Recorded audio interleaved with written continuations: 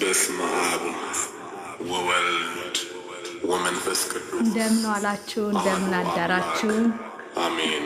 እንዴት አመሻችሁ? ቤተሰቦችዬ በያላችሁበት የከበረ ሰላምታ ይድረሳችሁ። ሚና ነኝ። ዛሬ እንግዲህ በድንግል አጽናት ቤት ተገናኝተናል። እንማማራለን። ዘማሪያኑም መምህራንም ይመጣሉ። አብረን መዝሙር እያዳመጥን ታፕታፕ ኮፒ ሊንክ እያደረግን እንቆያለን። እንዲህ ዛሬ ደስ የሚል ቀን ነው። መምህር ሚካኤል፣ መምህር ተመስገን እንዴት አላችሁ? ደህና አላችሁ ወይ? እግዚአብሔር ይመስገን ደህና ነኝ። እንደው የምትችሉበት ቦታ ካላችሁ መታችሁ እንትን በረከታችሁን ታድሉናላችሁ። ሁላችሁም እንዴት አላችሁልኝ? ሰላም ናችሁ ወይ? ሁላችሁም ሰላም ብያቸዋለሁ። የምትችሉ ከሆነ ብትመጡ ደስ ይለኛል። እንዴት ናችሁ? ሁላችሁም የጀርባዬ ታውራሪ ሁላችሁም ሰላም ብያቸዋለሁ። እንግዲህ ታፕታፕ ኮፒ ሊንክ እያደረግን እንጠብቃለን። ዛሬ ደስ የሚል ቀን ይሆናል። መምህር ያሬድም እግዚአብሔር ከረዳቸው ይመጣሉ። ሳምንታዊ ፕሮግራማችን ዲያቆን እስቂያስም ይመጣሉ። ዛሬ ዘማሪ የአብስራ አብሮን ነው። እንግዲህ ሌላዎችም ደግሞ እግዚአብሔር የፈቀደላቸው ይመጣሉና እንኳን ደህና መጣችሁ ወደ ድንግል አጽናነት። ሰላም ብያችኋለሁ ሁላችሁንም። እንግዲህ ታፕታፕ ኮፒ ሊንክ እያደረግን እንቆያለን። የምትችሉ ሰዎች ገባ ገባ በሉ። እሺ፣ ክብር ያድል።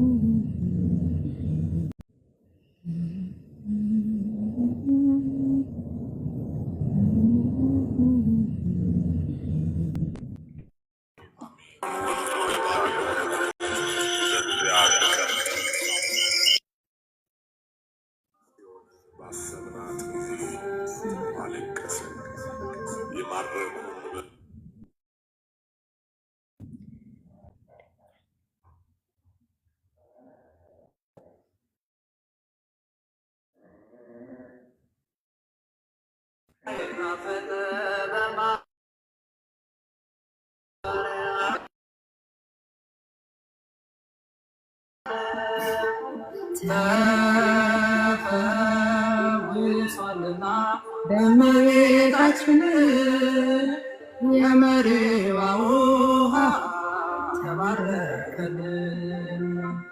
እግዝእትነ ማርያም መራራ ሕይወቴ ጣፈጠ በማርያም ማዘን ስደቴ ፍሬ እስከ ዘላለም ተፈውሷልና እመቤታችን የመሪዋ ውሃ ተባረከልን። እግዝእትነ ማርያም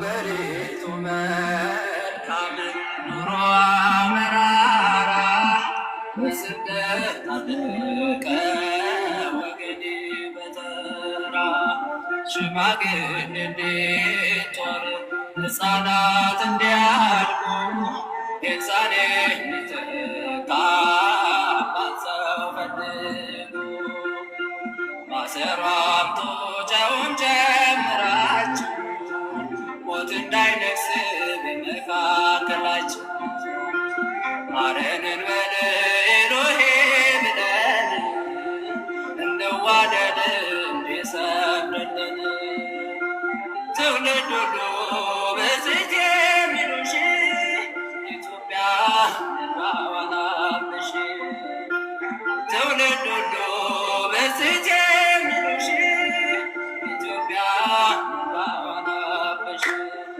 መራራ ሕይወቴ ናፈቀ በማርያም ማዘን ስደቴ እስከ ዘላለም ተፈውሷልና እመቤታችን። At Cox, we're always a step ahead. Like how the price of your plan won't go up for 3 years. Guaranteed. እመቤታችን የመሪባ ውሃ ተባረከልን በእግዝእትነ ማርያም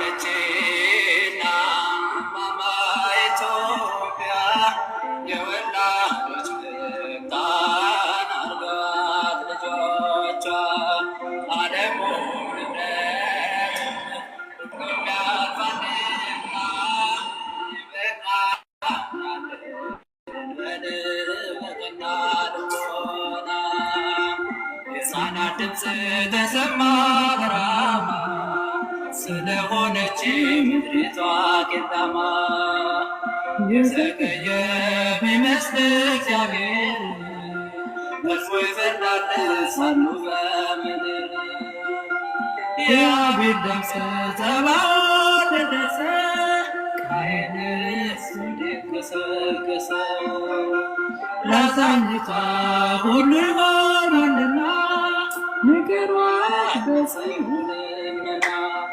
መራራ ሕይወቴ ናፈቀ በማርያም ማዘን ስደቴ እስከ ዘላለም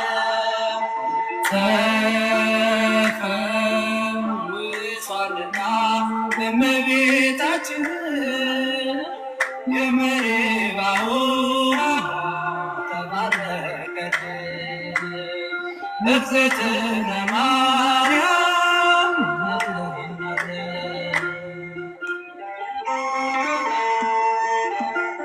እንኳን ደህና መጣችሁ። ታፕታፕ ኮፒ ሊንክ ሼር ሪፖስት አድርጉ። እሺ ቴንኪዩ። ገንዬ እንዴት አድረሻል?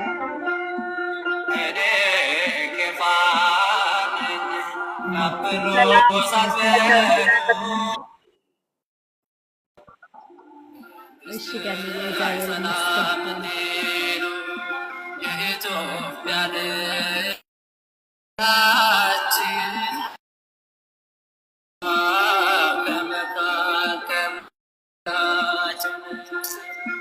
የመሃልን ክርዳድ አልስራ ተደምስሷል የዲያብሎስ ሴራ በአስጨናቂዎች እጅ አትጣለን ፍረድልን እናነባለን ለልጁ አባት ይገደዋልና አባቱ ይመለከተናልና ስለ ማርያም ብለን ለምነን አልፈናል ያክፉ ዘመን መራራ ሕይወቴ ናፈቀ በማርያም ማዘን ስደቴ እስከ ዘላለም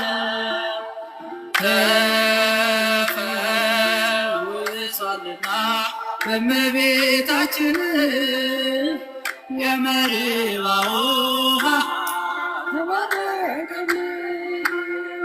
እግዝእትነ ማርያም እንድናለን።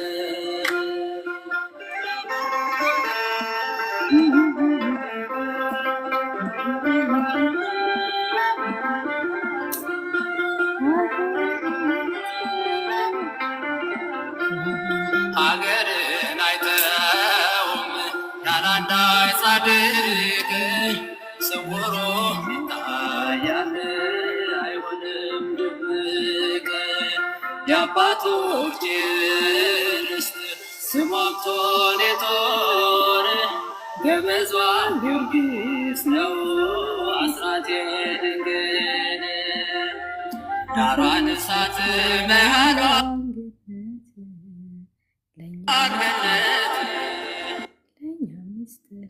ለእኛ ሚስጠን ፍቅር አንድነት የተሳቱ ቅዱሳን መሸሻ ኖራዊሄር ጠባቂሽ ነው ጋሻ ትውልድ ሁሉ በጽት የሚሉሽ ኢትዮጵያ ባዋናብሽ ትውልድ ሁሉ በጽት የሚሉሽ ኢትዮጵያን ባዋናብሽ ሀገሬን ባዋናብሽ ኢትዮጵያ ባዋናብሽ መራራ ሕይወቴ ናፈቀ በማርያም ማዘን ስደቴ ቅር እስከ ዘለዓለም ተፈውሷልና በእመቤታችን የመሪዋ ውሃ ተባረከልን። በእግዝእትነ ማርያም እንድናለን።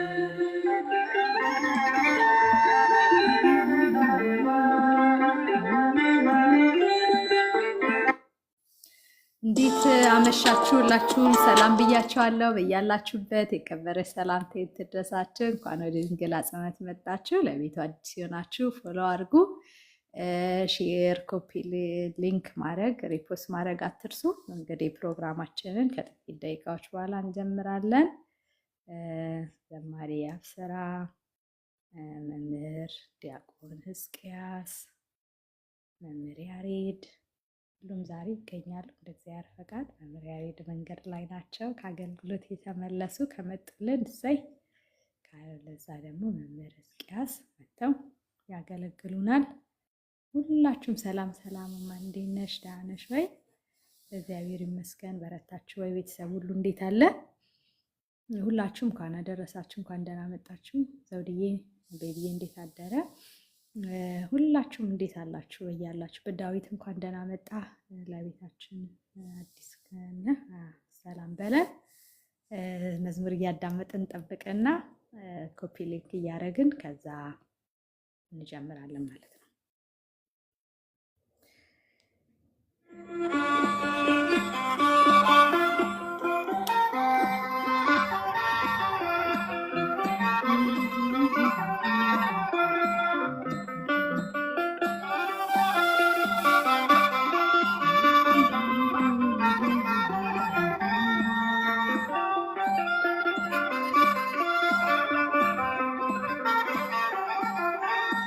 እጅሽ ላይ ቆሜ ስለምንሽ ባርኪኝ እናቴ ማርያም ስልሽ ተደላደለኝ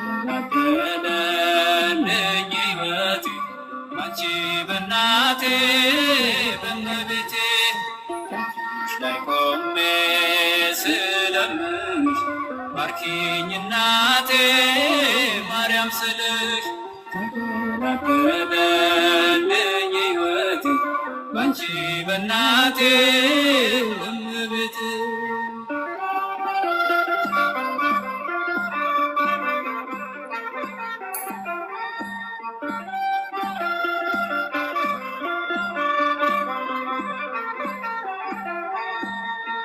አንቺ በመሆንሽ የሕይወቴ ፋና አልፈራም ጨለማ ብርሃን አለኝና አይጠፋም ዘላለም ስምሽ ከአንደበቴ አለ በልቤ ውስጥ ፍቅርሽ በሕይወቴ ደጅሽ ለዘላለም ለዘላለም ካንቺ የሚለየኝ ማንም የለም ማንም የለም ደጅሽ ለዘላለም ለዘላለም ካንቺ የሚለየኝ ማንም የለም ማንም የለም ደጅሽ ላይ ቆሜ ስለምንሽ ባርኪኝ እናቴ ማርያም ስልሽ ተደላደለልኝ ሕይወቴ ባንቺ በእናቴ እመቤቴ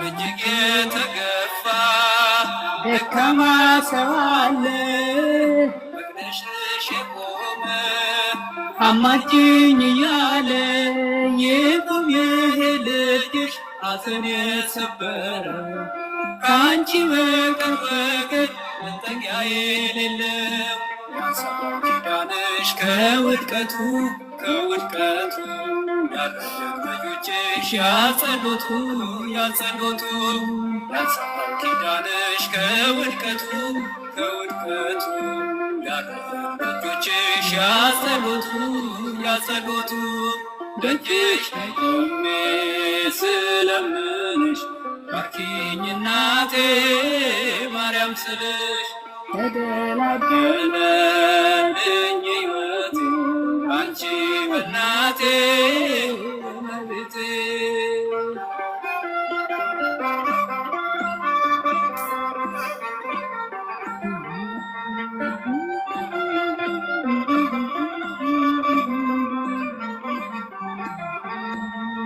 ጽልመት የለበሰ ፈታኛ ደከመኝ የሚቋቋምበት ጉልበት አስፈለገኝ በርትቼ እንድጸና ሳትጎዳ ነፍሴ ሁኚኝ እናቴ ሆይ አምባዬ ሞገሴ ደግፊኝ እመቤቴ እመቤቴ ከእጄ ላይ ሰንሰለቴ ሰንሰለቴ ደግፊኝ እመቤቴ እመቤቴ ከእጄ ላይ ሰንሰለቴ ሰንሰለቴ እጅሽ ላይ ቆሜ ስለምንሽ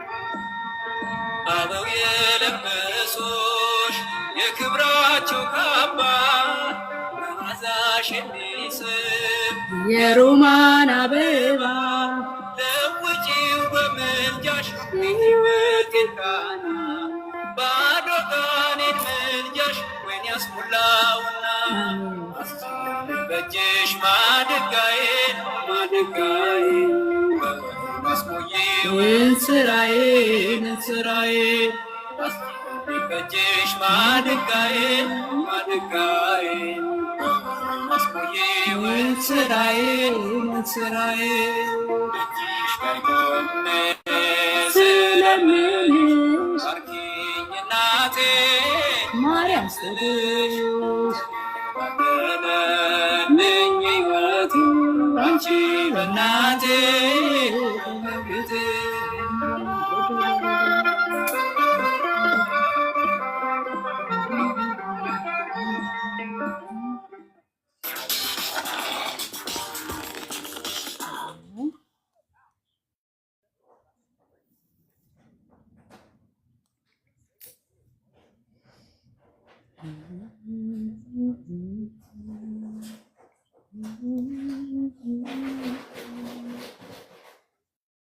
ቤቢ ስታፕ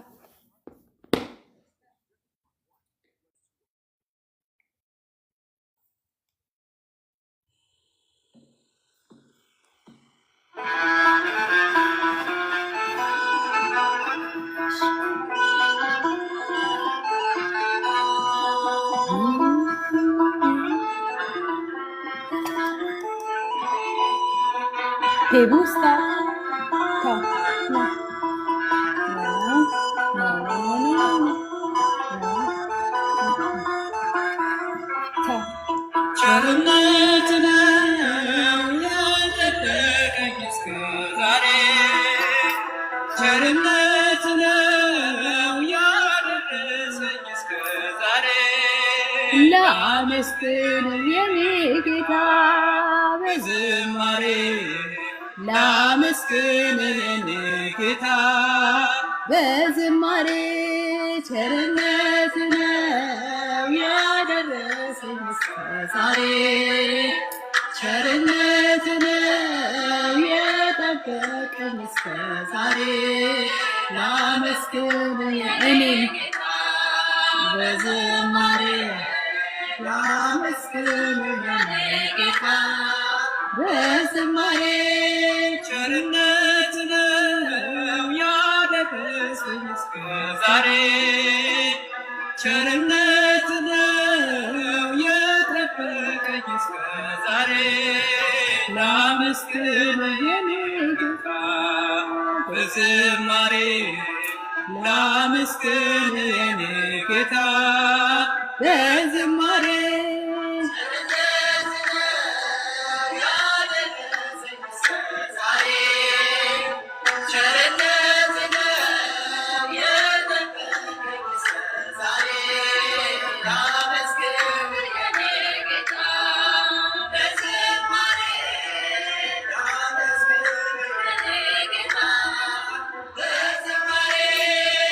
አንገቴን ቀብሬ ባሳዝን መብራቴን ይዤ ብጠብቅ የከማቄ ይቅርታ እንዳትረሳ በፍቅር ጎብኝተህ ከሞታቷን ከቤትህ ርቄ መች ጠገብኩኝ በረሃብ በብዛት ተቸገርኩኝ።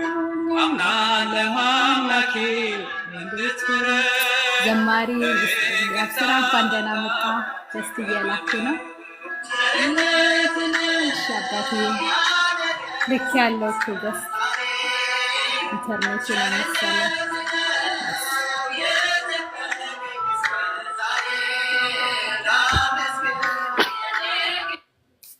እንኳን ደህና መጣህ መምህርዬ።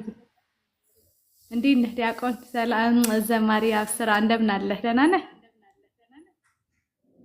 እንኳን ደህና መጣህ። ይቅርታ መዝሙሩ እንዳላቋርጠው ብዬ ነው። መለሳለሁ ወደ አንተ።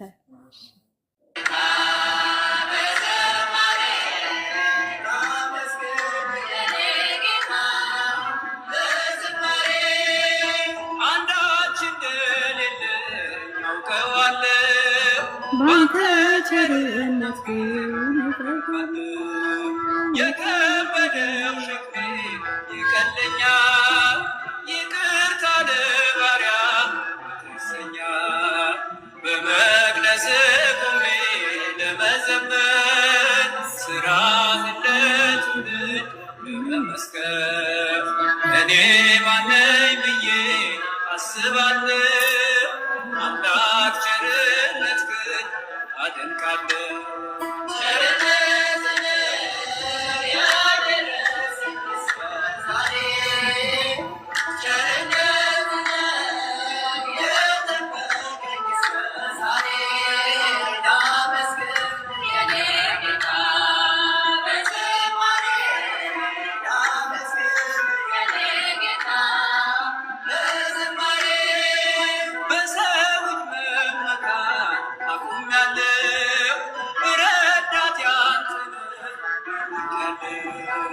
አንተ ከጠበቅ ሕይወቴ ግድራ ይደበር መድኃኒቴ የኔን ሥራ ተወው ተግባሬን የመስቀሉን ነገር መርሳቴን አዚሜን አንስተህ አንተን ኢየሱስ ክርስቶስ አምላኬ ነህ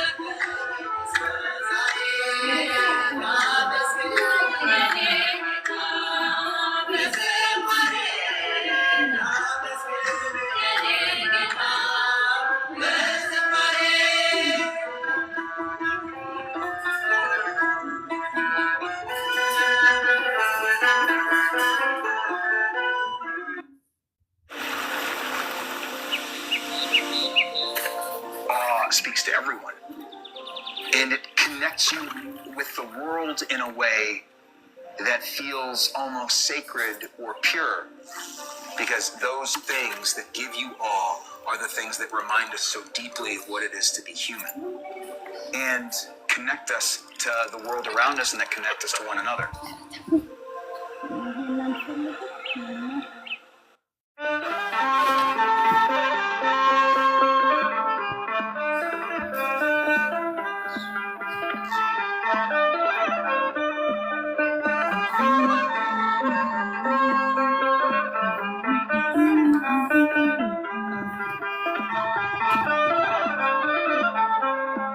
ፍቅር ማረከኝ በሕይወቴ በዘመኔ ፍቅር ማረከኝ በሕይወቴ በዘመኔ እግዚአብሔር ለኔ መድኃኒቴ ፍቅር ማረከኝ በሕይወቴ በዘመኔ ፍቅር ማረከኝ በሕይወቴ በዘመኔ ፍቅር ማረከኝ በሕይወቴ በዘመኔ እግዚአብሔር ለኔ መድኃኒቴ ፍቅር ማረከኝ በሕይወቴ በዘመኔ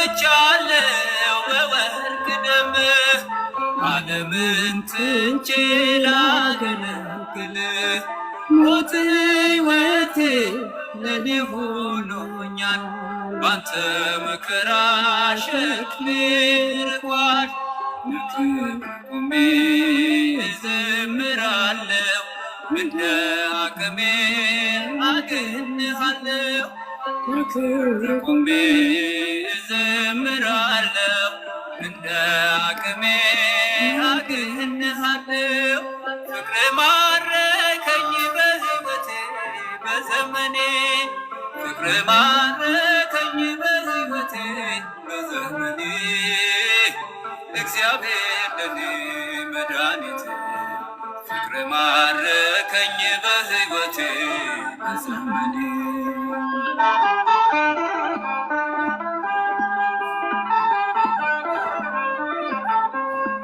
ምድርና ሰማይ እልል ይበሉ ምስጋና ላንተ ይድረስ እያሉ መሳይ የለህም ለቅድስና አቀርባለሁ ላንተ ምስጋና ጣቴ በገና ይደረድራል በቀን በሌሊት ያመሰግናል ጣቴ በገና ይደረድራል በቀን በሌሊት ያመሰግናል ፍቅር ማረከኝ በሕይወቴ በዘመኔ ፍቅር ማረከኝ በሕይወቴ በዘመኔ እግዚአብሔር ለኔ መድኃኒቴ ፍቅር ማረከኝ በሕይወቴ በዘመኔ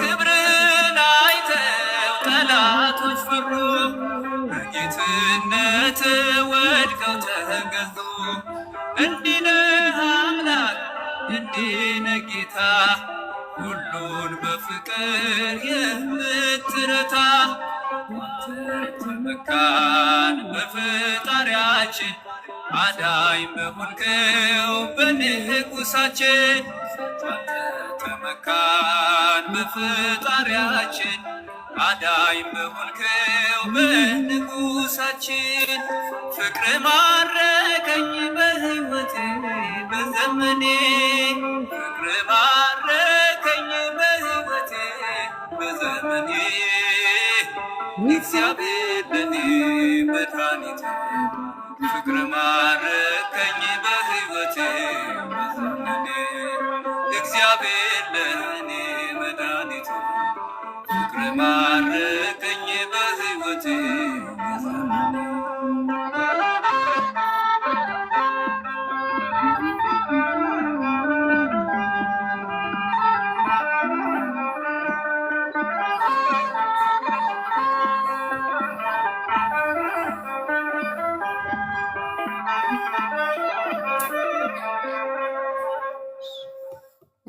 እንግዲህ ይቅርታ እሺ። ዲያቆን ሕዝቅያስ ናቸው ዛሬ መምህር ያሬድን ከበር የሚያደርጉልን ይመጣሉ። አሁን ጆይን እያደረጉ እያየኋቸው ነው። መምህር ያሬድ በአጋጣሚ መንገድ ላይ ሆኑና ከሌላ አገልግሎት እየመጡ አሁን ቴክስት እያደረጉልኝ ነበረ። ግን ዲያቆን ሕዝቅያስ ጋር ስለተነጋገርን እንደዚህ አይነት ነገር ሊመጣ ስለሚችል ይመጣሉ። ዘማሪ አብስራ ስለመጣ እግዚአብሔር ያክብርልን። በጣም ደስ ብሎኛል።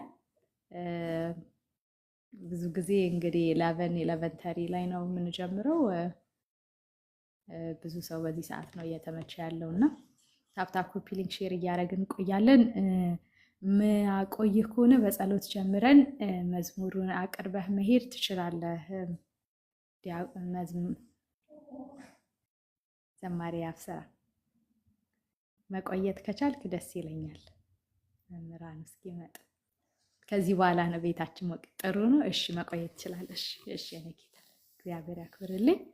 መምህር ሕዝቅያስም እንትን እያልኳቸው ነው፣ እየገቡ ነው። አይቻቸዋለሁ አሁን ላይቭ ይመጣሉ። እንግዲህ እስከዛ መዝሙር ጋብዛቸዋለሁ።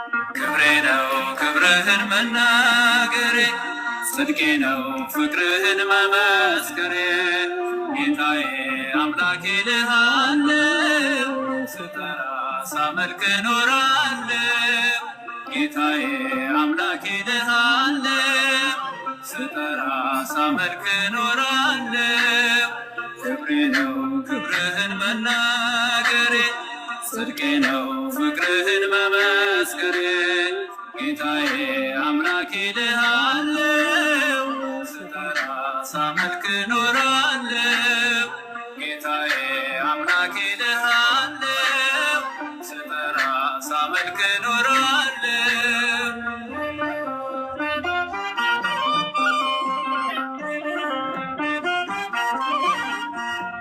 አይቼ የእጅህን ታምራት ሰምቼ የቃልህን ትምህርት ሆኛለው ምስክር ላዳኝነት ስጋን ተዋህደ ለእኛ መገለጥ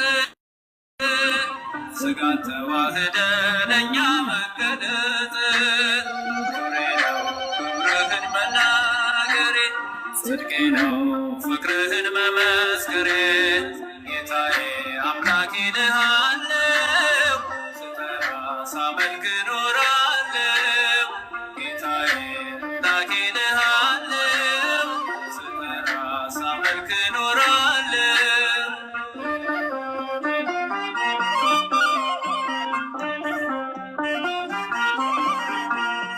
ተከተል ሁሉን ነገር ንቄ መድኃኒት መሆንክን አውቄ ከመልካም ቤት ተጠልያለሁ የእጅህን በረከት ካንተ እጠግባለሁ የእጅህን በረከት ካንተ እጠግባለሁ ክብሬ ነው ክብርህን መናገሬ ጽድቄ ነው ፍቅርህን መመስከሬ ጌታዬ አምላኬ ልሃለው ስጠራ ሳመልክ ኖራለው ጌታዬ አምላኬ ልሃለው ስጠራ ሳመልክ ኖራለው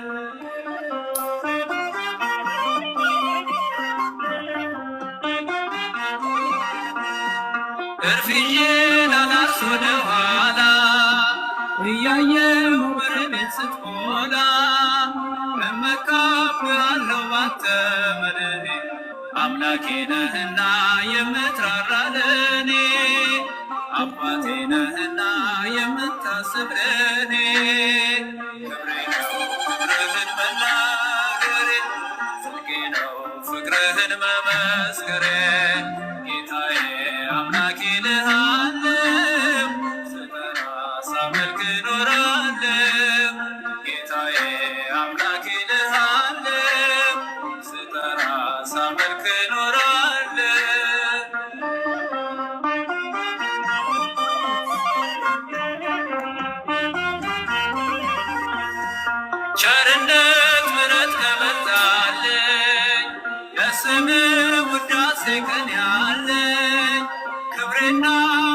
ነፍሴ አንተነ ጌታ ተመስገን ተመስገን ጠዋትና ማታ ተመስገን ተመስገን ጠዋትና ማታ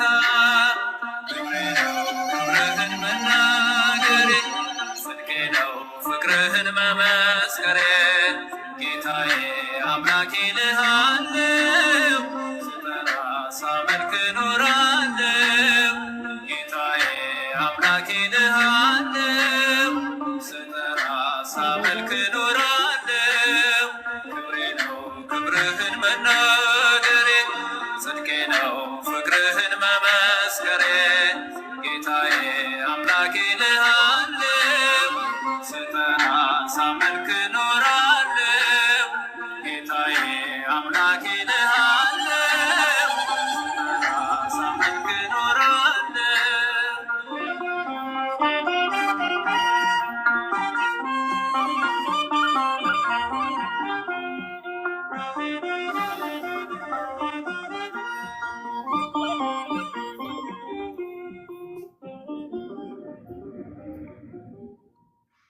Why choose a Sleep Number smart bed?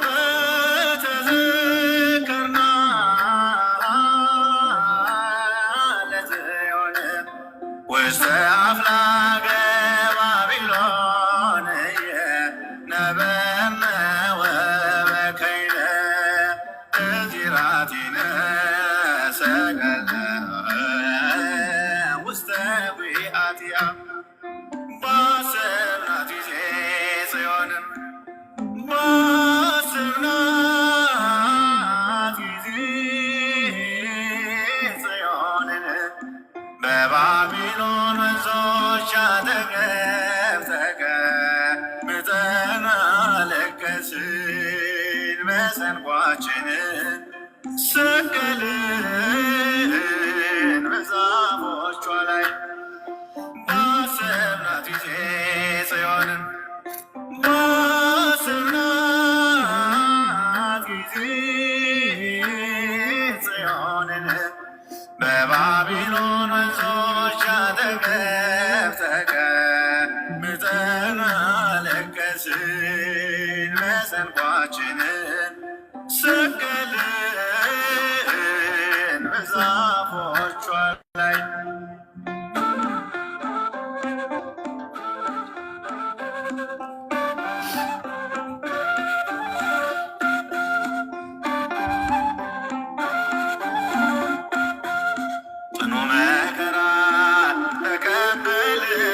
ተጨነቀን በፈተና የደዌ ሞት። እንደምን አመሻችሁ በድጋሚ እግዚአብሔር አምላካችን ስም የተመሰገነ ይሁን። መምህራችን መምህር እስቂያስ መጥተዋል። ሁላችሁም ታፕታፕ ኮፒ ሊንክ ሼር እያደረጋችሁ ፕሮግራማችንን በጸሎት ጀምሩልናል። እንኳን ደህና መጡ። ዲያቆን እስቂያስ መምህር እንዴት አሉ? እሺ፣ እንዴት ዋላችሁ? እንዴት አመሻችሁ? እንደያላችሁበት አካባቢ ጀምራችኋል መርሃ ግብሩ? አልጀመርም። እሺ፣ እንግዲህ ያለችን በጣም ውስን ደቂቃ ስለሆነች እሷ እንድንጠቀም በጸሎት እንጀምር። በጸሎት እንጀምር። እሺ፣ ህሊናችንን እንሰብስብ፣ በእግዚአብሔርና በቃሉ ፊት መቆማችንን እናስብ። ሁላችንም ለጸሎት እንዘጋጅ። በስመ አብ ወወልድ ወመንፈስ ቅዱስ አሃዱ አምላክ አሜን። አምላካችን አባታችን እግዚአብሔር ሆይ አውለ ስለምታሳድረን አሳድረም ስለምታውለን ክብር ምስጋና ለአንተ ይሁን። ከጠዋት እስከ ማታ የጠበቅከን ከማታ እስከ ጠዋትም የምትጠብቀን አምላክ ይህንን ጉባኤ እንድትባርክ የሚሰሙትን እንድታነጻቸው የልባቸው መሻት እንዲፈጸም አንተ እንድትናገራቸው ለኔም አንደበቴ እንድታከናውን የሚያንጽ የሚጠቅም እንጂ የማይጠቅም የማያንጽ ቃል ከአንደበቴ እንዳይወጣ አንተ የቸርነትን ስራ እንድትሰራልን ቅዱስ ስምን እንዲየለው እንጠራለን። አባታችን ሆይ በሰማያት የምትኖር ስምህ ይቀደስ፣ መንግስትህ ትምጣ፣ ፈቃድህ በሰማያት እንደሆነች እንዲሁም በምድር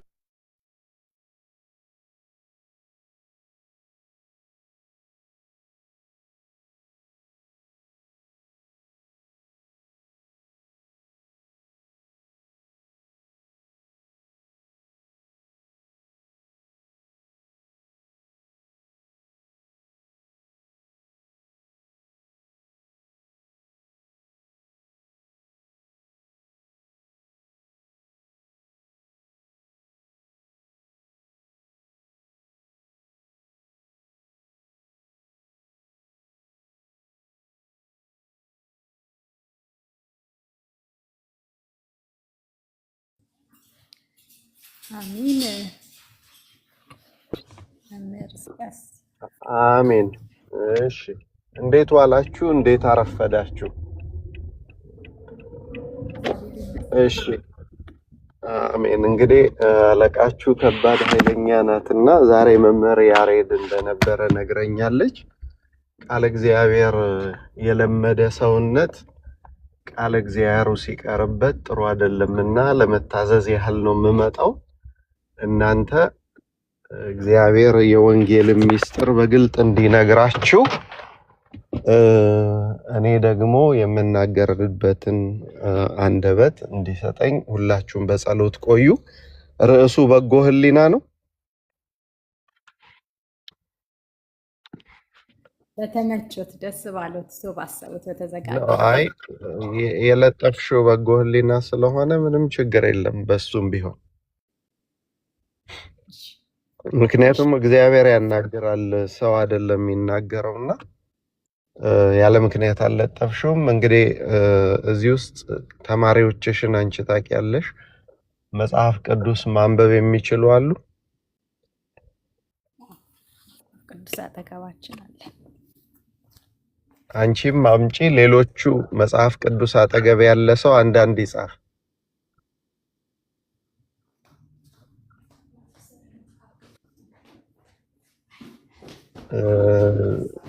ዘማሪ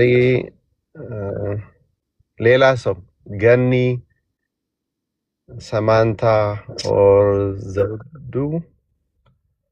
እሺ፣ ዘማሪ አብስራ ኢዮብ 14:5ን ታዘጋጅልናለህ ወይም ታዘጋጅልናለሽ? አላወኩም። ኢዮብ 14:5ን። እሺ፣ ሌላ ሰው ሌላ መጽሐፍ ቅዱስ ያለ ሚና የሐዋርያት ሥራ ምዕራፍ 24 ቁጥር 16ን ታወጫለሽ? እንግዲህ ምናልባት እኔ የማገለግለው እንደዚህ ነውና ዝም ብላችሁ ሰሚ ስትሆኑ ጥሩ ስለማይሆን መጽሐፍ ቅዱስ ማንበብ ከቻላችሁ አንድ ቁጥር ጻፉ።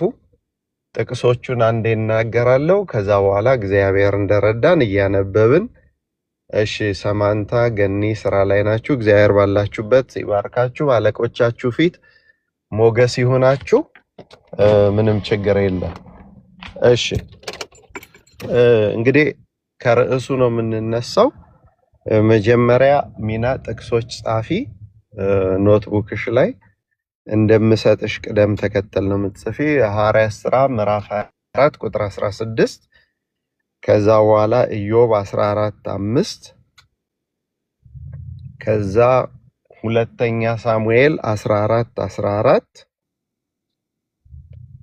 ከዛ ኢዮብ 7:1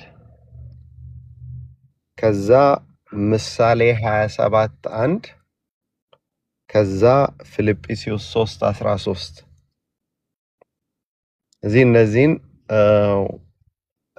እንትን ያዘጋጀሽ አለባ አድርገሽ ምልክት አድርገሽ አዘጋጃቸው። እዚህ ወደ ርዕሳችን እንድንገባ የሐዋርያት ሥራ ምዕራፍ 24 ቁጥር 16 ይነበብልን። ከህሊና ጋር የተገናኘ ስለሆነ ቀጥታ ወደሱ ነው የምንሄደው።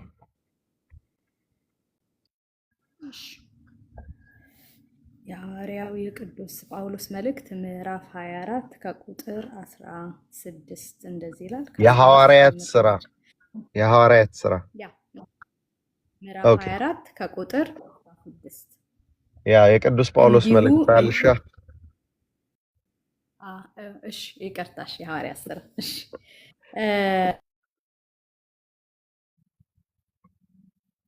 ሁልጊዜ የማታወላውል ህሊና እንትኖረኝ ዘንድ እጋደላለሁ። እሺ እግዚአብሔር ይስጥልን። እንግዲህ እንደሰማችሁት ነው ቅዱስ ጳውሎስ በሐዋርያት ሥራ ላይ በገጠመው በህይወት ዘመኑ በገጠመው ነገር ምክንያት ሰዎች በጉቦ ከእስር እንዲፈታ ሐሳቡን እንዲቀይር በወንጌል ላይ እንዲያምጽ የተለያየ ነገር እንዲያደርግ ትእዛዝ ሲሰጡት ወይም ደግሞ ሊያግባቡት ሲሞክሩ የሐዋርያት ሥራ ምዕራፍ 24 ቁጥር 16ን ተናግሯቸዋል። ምንድነው ቀጥታ ቃሉ የሚለው? እኔ ግን አለ፣ ልብ በሉ፣ እኔ ግን በሰውና በእግዚአብሔር ፊት ነውር የሌለበት ህሊና ትኖረኝ ዘንድ እተጋለሁ አለ። በሰውና በእግዚአብሔር ፊት ነውር የሌለበት ህሊና ትኖረኝ ዘንድ እተጋለሁ። መቼ? ሁል ጊዜ ሰውም ሲያየኝ እግዚአብሔርም ሲያየኝ ህሊናዬ ነውር የሌለበት ነው። እንደዛ አይነት ህይወት እንዲኖረኝ እተጋለሁ አለ። ስለዚህ ስለ በጎ ህሊና ስናወራ መጀመሪያ ህሊናችን በጎ እንዲሆን በጎ ነገር እንግዲህ አሁን ህሊና 5 ነገር ይሰራል አይደል? በጎ ያስባል፣ ያንን ያሰበውን ትእዛዝ ይሰጣል፣ ያን የሰጠው ትእዛዝ ሲፈጸም ደስተኛ ይሆናል፣ የህሊና እርካታ ይኖራል፣ የህሊና ሰላም ይኖራል። አራተኛ እረፍት ያለው ሌሊት ያሳልፋል። ወደ አልጋው ሲሄድ፣ ወደ ሰዎች ሲሄድ፣ ወደ ስራው ሲሄድ፣ ወደ ቤተ እግዚአብሔር ሲሄድ ህሊናው ከወቀሳ ነፃ ነው። እንግዲህ ህሊና ምንድነው? በጎ ይሆናል፣ 1 ያስባል፣ 2 ከወቀሳ ይድናል ወይም ነፃ ይሆናል፣ 3 እረፍት ያገኛል፣ 4 የመጨረሻውና 5ኛው የህሊና እርካታ አለው። ስለዚህ ህሊናችን እንዲያርፍ ህሊናችን የማይጸጽተውን ነገር እንዲያደርግ ህሊናችን ከነውር እንዲጸዳ እና በጎ እንዲሆንልን የምናደርጋቸው ነገሮች አሉ ማለት ነው።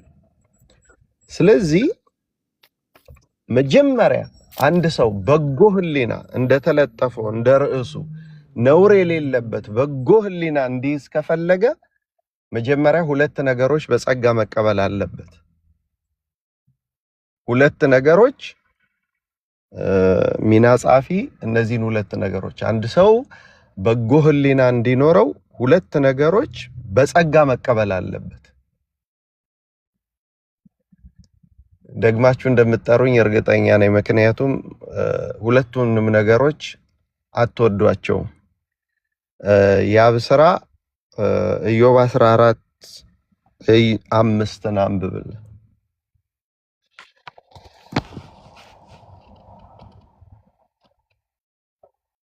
ሁለተኛው ጥቅስ ይሆናል ማለት ነው። እሺ መምህርዬ፣ ኢዮብ 14 ከቁጥር 5 ነው አይደል ያሉኝ? አዎ እሺ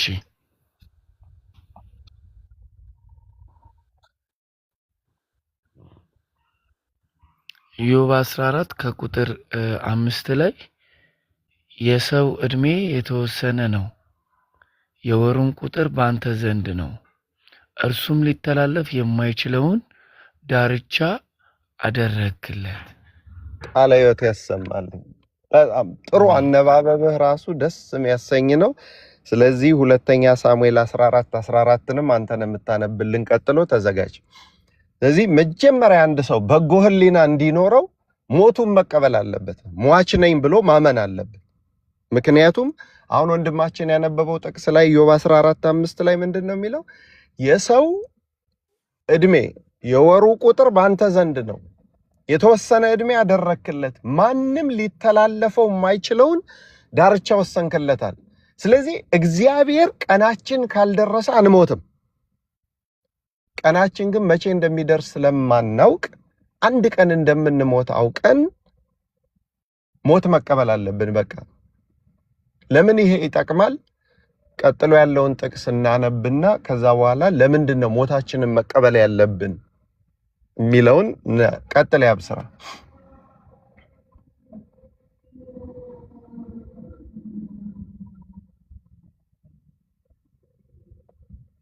ቀጥል።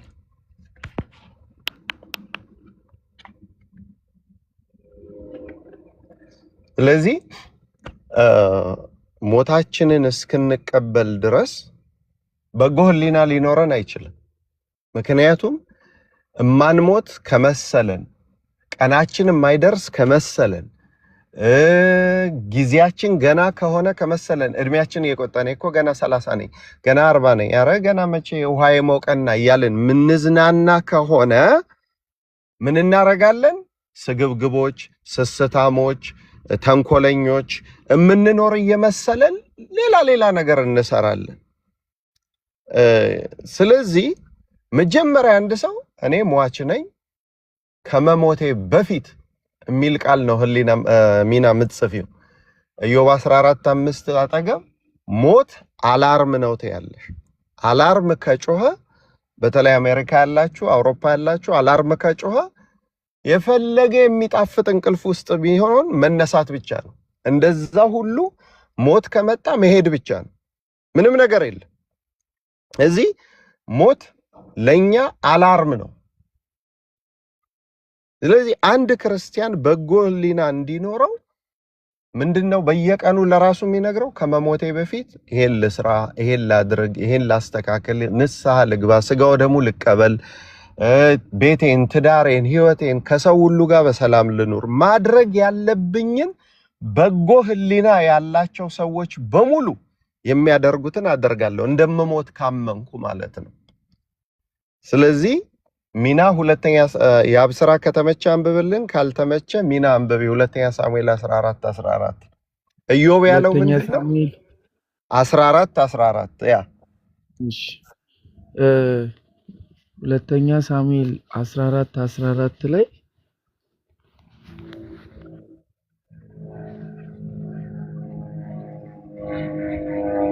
ሁለተኛ ሳሙኤል 14:14 ላይ ሁላችንም እንሞታለን፣ በምድርም ላይ እንደ ፈሰስና እንደማይመለስ ውሃ ነን። እግዚአብሔር ይስጥልኝ። እሺ ቀጥል። እግዚአብሔርም የነፍስን ጥፋት አይወድም፣ ነገር ግን የተጣለ ሰው ፈጽሞ እንዳይጠፋ በምክሩ ያስባል። በጣም ጥሩ። ስለዚህ እግዚአብሔር የነፍስን ጥፋት አይወድም። ማናችንም ወደ ሲኦል እንድንወርድ አይፈልግም። ምክንያቱም ሲኦል የተዘጋጀው ለሰይጣንና ለመልእክተኞቹ እንጂ ለሰው አይደለም። ስለዚህ ሁላችን እንሞታለን። በምድር ላይ እንደፈሰሰ ውሃ ነን፣ እንደማይመለስ የፈሰሰ ውሃ እንደማይታፈስ። የቀበርናቸው ሰዎች አልተመለሱም። እኛ ወደ እነሱ እንሄዳለን እንጂ እነሱ ወደኛ አይመጡም። ስለዚህ ምንድነው የምታስታውሱት? እኔ አንድ ቀን እንደሚፈስ ውሃ ነኝ። አንድ ቀን እሞታለሁ፣ አንድ ቀን የለሁም። ስለዚህ ከመሞቴ በፊት የሚል ነገር ለጭንቅላታችን ከነገርን ምርጥና በጎ ሰው ነው የምንሆነው። ምርጥና በጎ ሰው ነው የምንሆነው። ምን ብለን ካሰብን? እኔ ሟች ነኝ እንጂ ዘላለም የምኖር አይደለሁም ብለን ካሰብን ህሊና ያለው ሰው ነው የምንሆነው። አስቡ፣ የታመሙ ሰዎች፣ የተያዘ በሆነ ነገር የተያዘ ሰው፣ ጤናውን ያጣ ሰው፣ ድህነት የያዘው ሰው፣ አቅም ያጣ ሰው፣ ምን ያጣ ሰው እንዴት አይነት ጸባይኞች እንደሆኑ። ታሞ አልጋ ያዘ ሰው፣ አሁን ለምሳሌ ኦክሲጅን ተተክሎለት የሚተነፍስ ሰው በፊት ሩጥ ብትሉት፣ ዋክ አድርግ ብትሉት፣ የሆነ ነገር ብትመክሩት ምንም አይልም። እናንተን ሳይንስ ቀቅለ ብለው ይላል። ጤናዋ ከጠፋችስ በኋላ ምን ያደርጋል? የወክ ያለ የስፖርት ያለ አሁን ስኳር በሽታ አለ አይደለም? በተለይ ታይፕ 2 የሚባል ዳያቤቲክ በምግብ ከተወሰነ በኋላ የሚመጣ አሁን እሱ በሽታ ሲይዝ ሰውን እያማራችሁ ትተላለፋላችሁ። ከምኖቹ ጋር? ከምግቦቹ ጋር መብላት እየፈለጋችሁ። እና አንድ የህንድ ዶክተር ሲያብራራ ስኳር በሽታ ምንድነው ሲባል በብረት አጥር የታጠረ ነብር ወይም አንበሳ ነው አለ። ይሄ ስኳር በሽታ አጥር ውስጥ ካስቀረኸው ምንም አያረግህም አለ። አይገልህም፣ አጥሩን እስካልከፈትክ ድረስ። አጥሩ አለ ዋክ ማረግ፣ አብዝቶ አለመብላት፣ በደንብ መተኛት፣ ጤናን መጠበቅ። የሚናባል ደግሞ ከሰማ እንዳያበላሽቸው እንዳይቆጣኝ እዚህ ድረስ ይበቃል። አጥሩን ግን ከከፈትክለት እና ምግብ ዝም ብለህ የምትበላ ከሆነ ስፖርት ማትንቀሳቀስ ከሆነ እግርህን ቆርጦ ዓይንህን አጥፍቶ ኩላሊትን አፈራርሶ ቆራርጦ ይገልሃል አለ። ልክ የተዘጋበት ነብር ሲወጣ እንደሚባላ አንድም ሰው ህሊና ሊኖረው ከፈለገ እንደሚሞት ማመን አለበት። እንደሚሞት እዚህ ሞት አላርም እንደሆነ ተቀበሉና ከዛሬ ጀምሮ ለምትሰሩት ስራ ሁሉ ለራሳችሁ የምትነግሩት ከመሞቴ በፊት ልታረቅ፣ ከመሞቴ በፊት ተስፋ መቁረጥን ላቁም፣ መቼ እንደምሞት አላውቅም።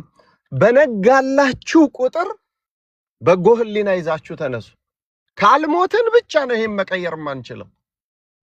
ስለዚህ በ24 ሰዓት ውስጥ ራሳችሁን አለማምዱ፣ በጎ ህሊና ያለው ሰው ለመሆን ማለት ነው። ባል ለሚስት፣ ሚስት ለባል፣ ልጆች ለወላጆች፣ ወላጆች ለልጆች፣ ካህናት ለምዕመናን፣ ምዕመናን ለካህናት፣ የሀገር መሪ ለህዝቡ፣ ህዝቡ ለሀገር መሪው ከተገኘ በጎ የሚኮንለት በጎ ሁኑ። ከመሞቴ በፊት ብላችሁ እዚህ በጎ ህሊና እንዲኖረን መጀመሪያ የምናደርገው ይሄ ነው። ሁለተኛው በጎ ህሊና እንዲኖረን ከፈለግን በነገ መመካት ማቆም አለብን። በነገ ምን ማለት መቆም አለበት? መመካት መቆም አለበት። ሚና ምሳሌ 27:1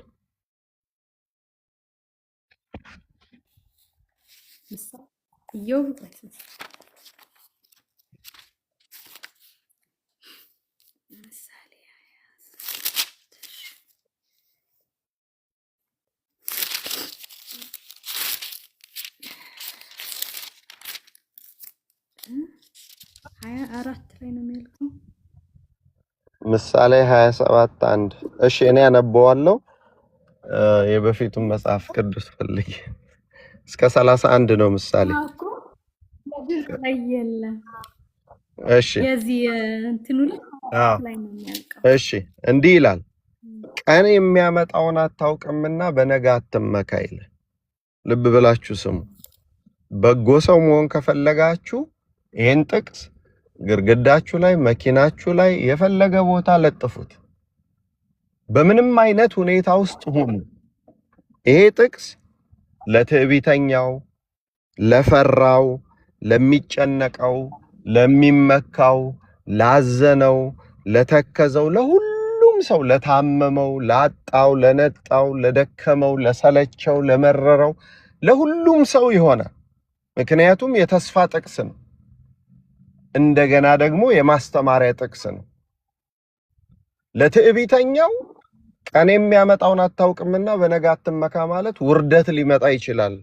ለሚመካው የተመካበት የተደገፈበት ነገር ሁሉ ነገ ሊጠፋ ይችላል። ላዘነው ደግሞ ሲነጋ እግዚአብሔር በምሕረቱ ምን ይዞ ሊመጣ እንደሚችል ጤናም የሚመልስ፣ ቁስልን የሚፈውስ፣ በረከትን የሚሰጥ፣ ሰላምን የሚሰጥ፣ የቆሰለ ልብ የሚፈውስ ብዙ ነገር የሚያደርግ እግዚአብሔር ነገ ምን ሊሆን እንደሚችል አታውቁምና ምን ብሏል? ቀን የሚያመጣውን አታውቅምና በነጋ አትመካ። ስለዚህ ጠዋት ስትወጡ ከቤታችሁ አምላኬ ወይ አንግተህልኛል፣ ቀን የሚያመጣውን ከፊቴ ቆመውን አላውቅምና ቀን የሚያመጣውን ስለማላውቅ ባንተ ተመክቼ እወጣለሁ። በቀኑ ሳይሆን ባንተ። ምን አይነት ደባሪ ቀን ነው፣ ምን አይነት የሚጨንቅ ቀን ነው አይደለም። ይሄን ቃል ካወጣችሁ ባንተ ተመክቼ እወጣለሁ። በአየር ንብረቱ አይደለም፣ በብርዱ በሙቀቱ፣ ባለኝ መኪና፣ ባለኝ ትምህርት፣ በድራይቪንግ ስኪል አይደለም፣ በምንም አይደለም። ቀን የሚያመጣውን አላውቅምና ባንተ ተመክቼ እወጣለሁ ብላችሁ ውጡ። ስለዚህ በጎ ህሊና ለመያዝ ቀን የሚያመጣውን ስለማናውቅ በነገ ሳንመካ ሁላችንም ህይወታችንን ቀይር ማለት ነው። ተግባብተናል? ስለዚህ የሁሉ ነገር ቁልፍ፣ የሁሉ ነገር መሰረት ህሊና ነውና ህሊናችሁን ማጽዳት ከተቻለ፣ ህሊናን ማሳረፍ ከተቻለ፣ ህሊናን ማርካት ከተቻለ፣ ለህሊና ሰላም ማግኘት ከተቻለ ህይወታችሁ በሙሉ በበረከት የተሞላ የተባረከ የተቀደሰ ህይወት ነው የሚኖራችሁ። የተባረከ የተቀደሰ ህይወት ነው የሚኖራችሁ። ስለዚህ አትርሱ፣ እንደምንሞት ካወቅን በጎ ህሊና መያዝ ቀላል ነው።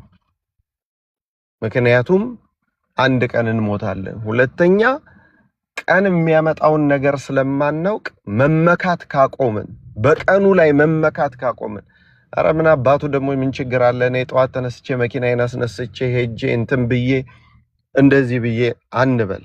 ቀን የሚያመጣውን አናውቅ፣ በነገ መመካት አይቻልም። ስለዚህ እነዚህ ነገሮች በጎ ህሊና እንዲኖረን ያደርጋሉ። ታዲያ በጎ ህሊና ስንይዝ ደግሞ ምንድነው ችግሩ? ሚና ይሄንንም ጻፊ። በጎ ህሊና ያላቸው ሰዎች ብዙ ጊዜ ይጎዳሉ፣ ይጨነቃሉ፣ ይቸገራሉ፣ ይማረራሉ። በጎ ባደረጉ የሚመለስላቸው ነገር ክፉ ነው። በጎ ህሊና ያላቸው ሰዎች እንዴት ይሁኑ? ምን ያድርጉ? ምን ይስሩ? ፈተናው ሲበዛስ እንዴት ይሁኑ? ይህንን ነው ማወቅ ያለብን። ኢዮብ 7:1 ታነብልናል። ዘማሪ አብስራ መጥቷል። መጽሐፈ ኢዮብ ምዕራፍ 7 ቁጥር 1 ላይ ያዥ አንብብልን። ያብስራ አዘጋጅና ማለት ነው። መጽሐፈ ኢዮብ ምዕራፍ 7 ቁጥር 1 ላይ በጎ ህሊና ይዟችሁ በሐቅ በእውነት በሰላም በፍቅር በአክብሮት በምትኖሩ በደግነት መምህር ያሬድ የመንፈስ ፍሬዎችን እያስተማሯችሁ እንደሆነ ሚና ነግራኛለች። አንድ ቀንም ሰምቻቸዋለሁ።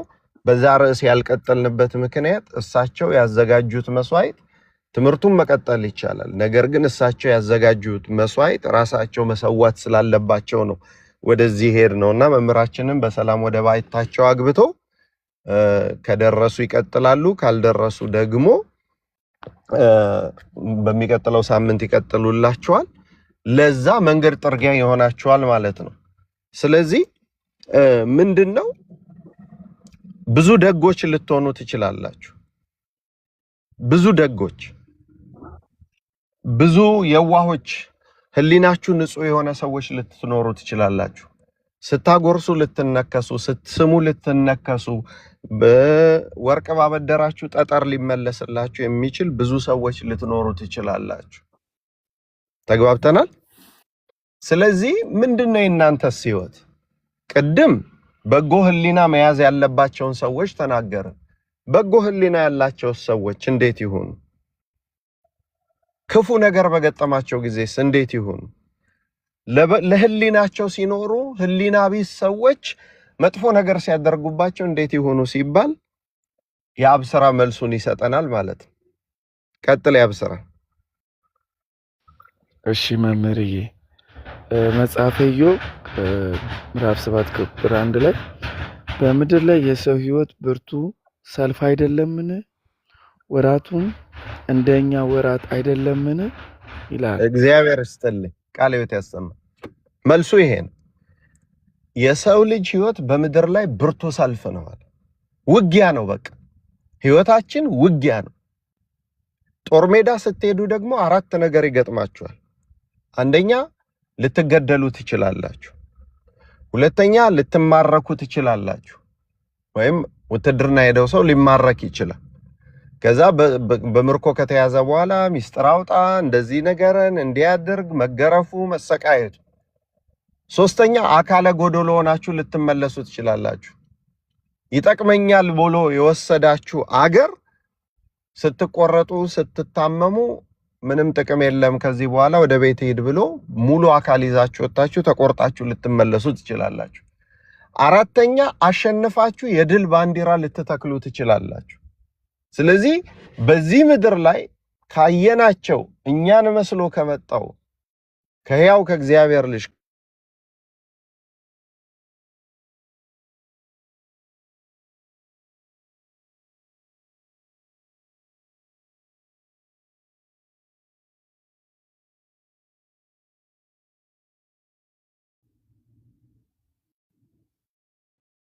ታፕታፕ ኮፒ ሊንክ ሼር አድርጉ እስቲ ወገኖችዬ።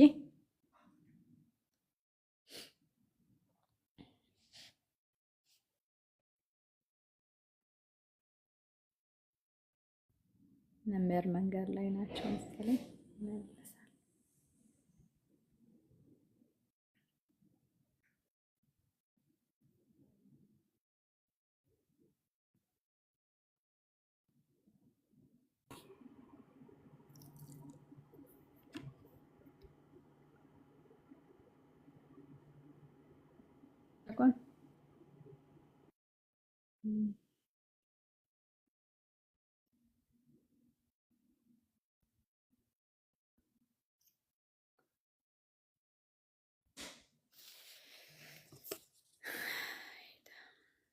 እስቲ ታፕታፕ ኮፒ ሊንክ ሼር አንዴ ቶሎ ቶሎ ብለን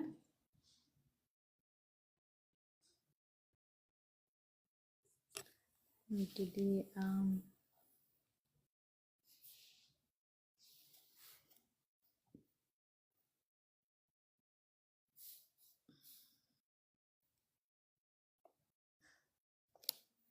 ቤተሰቦች የታፕታፕ ኮፒ ሊንክ ሼር መምህር እስኪመለሱ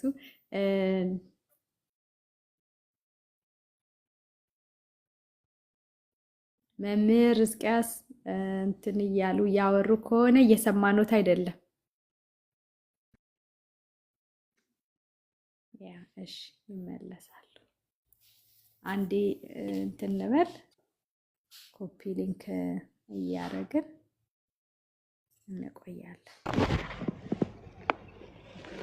እሺ አሁን ይሰማል? አዎ። ኦኬ። እና የሰው ልጅ ህይወት ብርቱ ሰልፍ ነው። ያንን ብርቱ ሰልፍ መዋጋት መቻል አለባችሁ። ያንን ብርቱ ሰልፍ መጋደል መቻል አለባችሁ። ያንን ብርቱ ሰልፍ ማሸነፍ መቻል አለባችሁ። ከኔ ተማሩ ብሏል ክርስቶስ።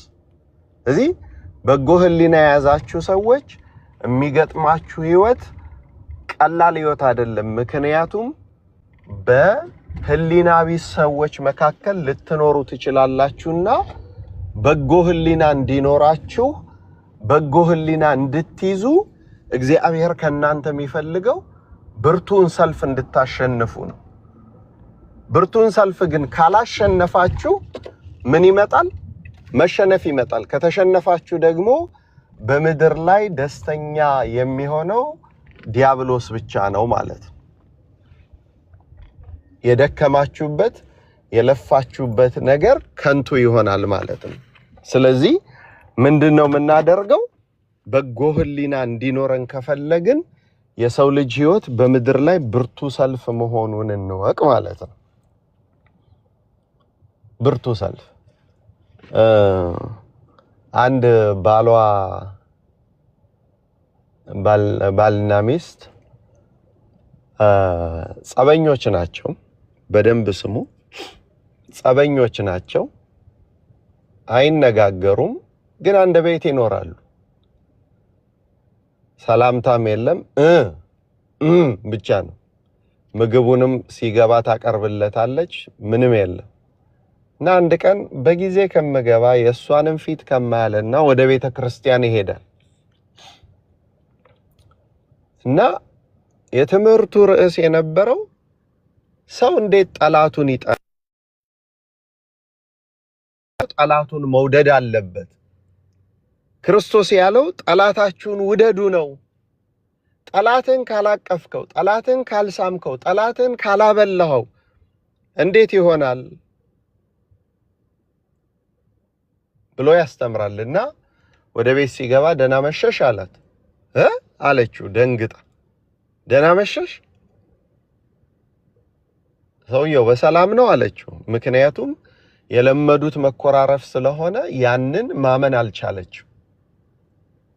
ግን እሱ በህሊናው መዋጋት እንዳለበት ስላወቀ ሄደና አቀፋት። አንተ ሰውዬ ምን ሆነሃል ዛሬ አላት። ምን ላርግ ጠላታችሁን ውደዱ ተብለናል አላት።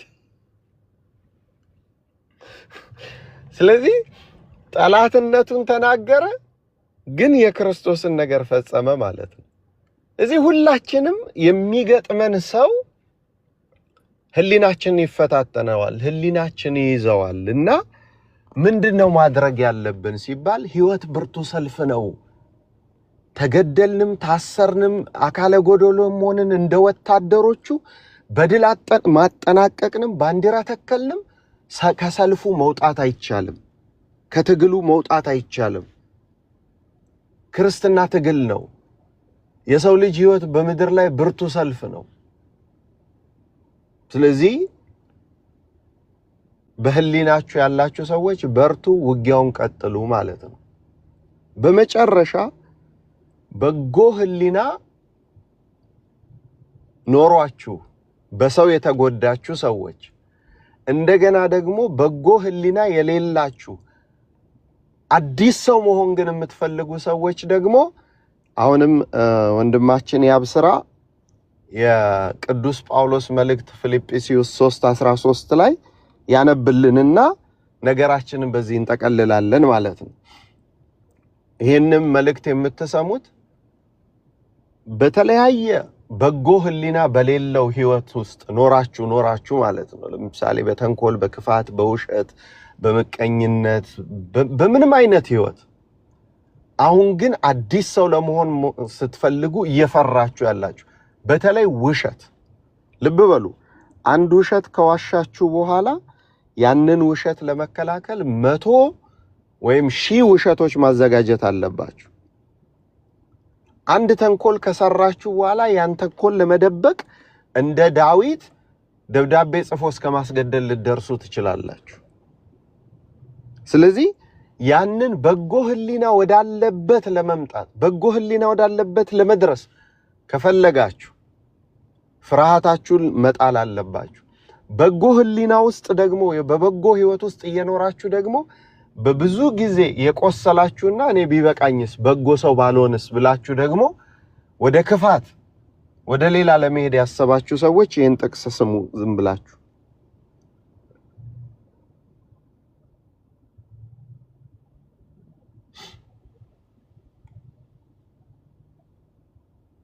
ያብስራ አለ? እሺ ያብስራ ከሌለ ሚና አንብቢልን ፊልጵስዩስ 3:13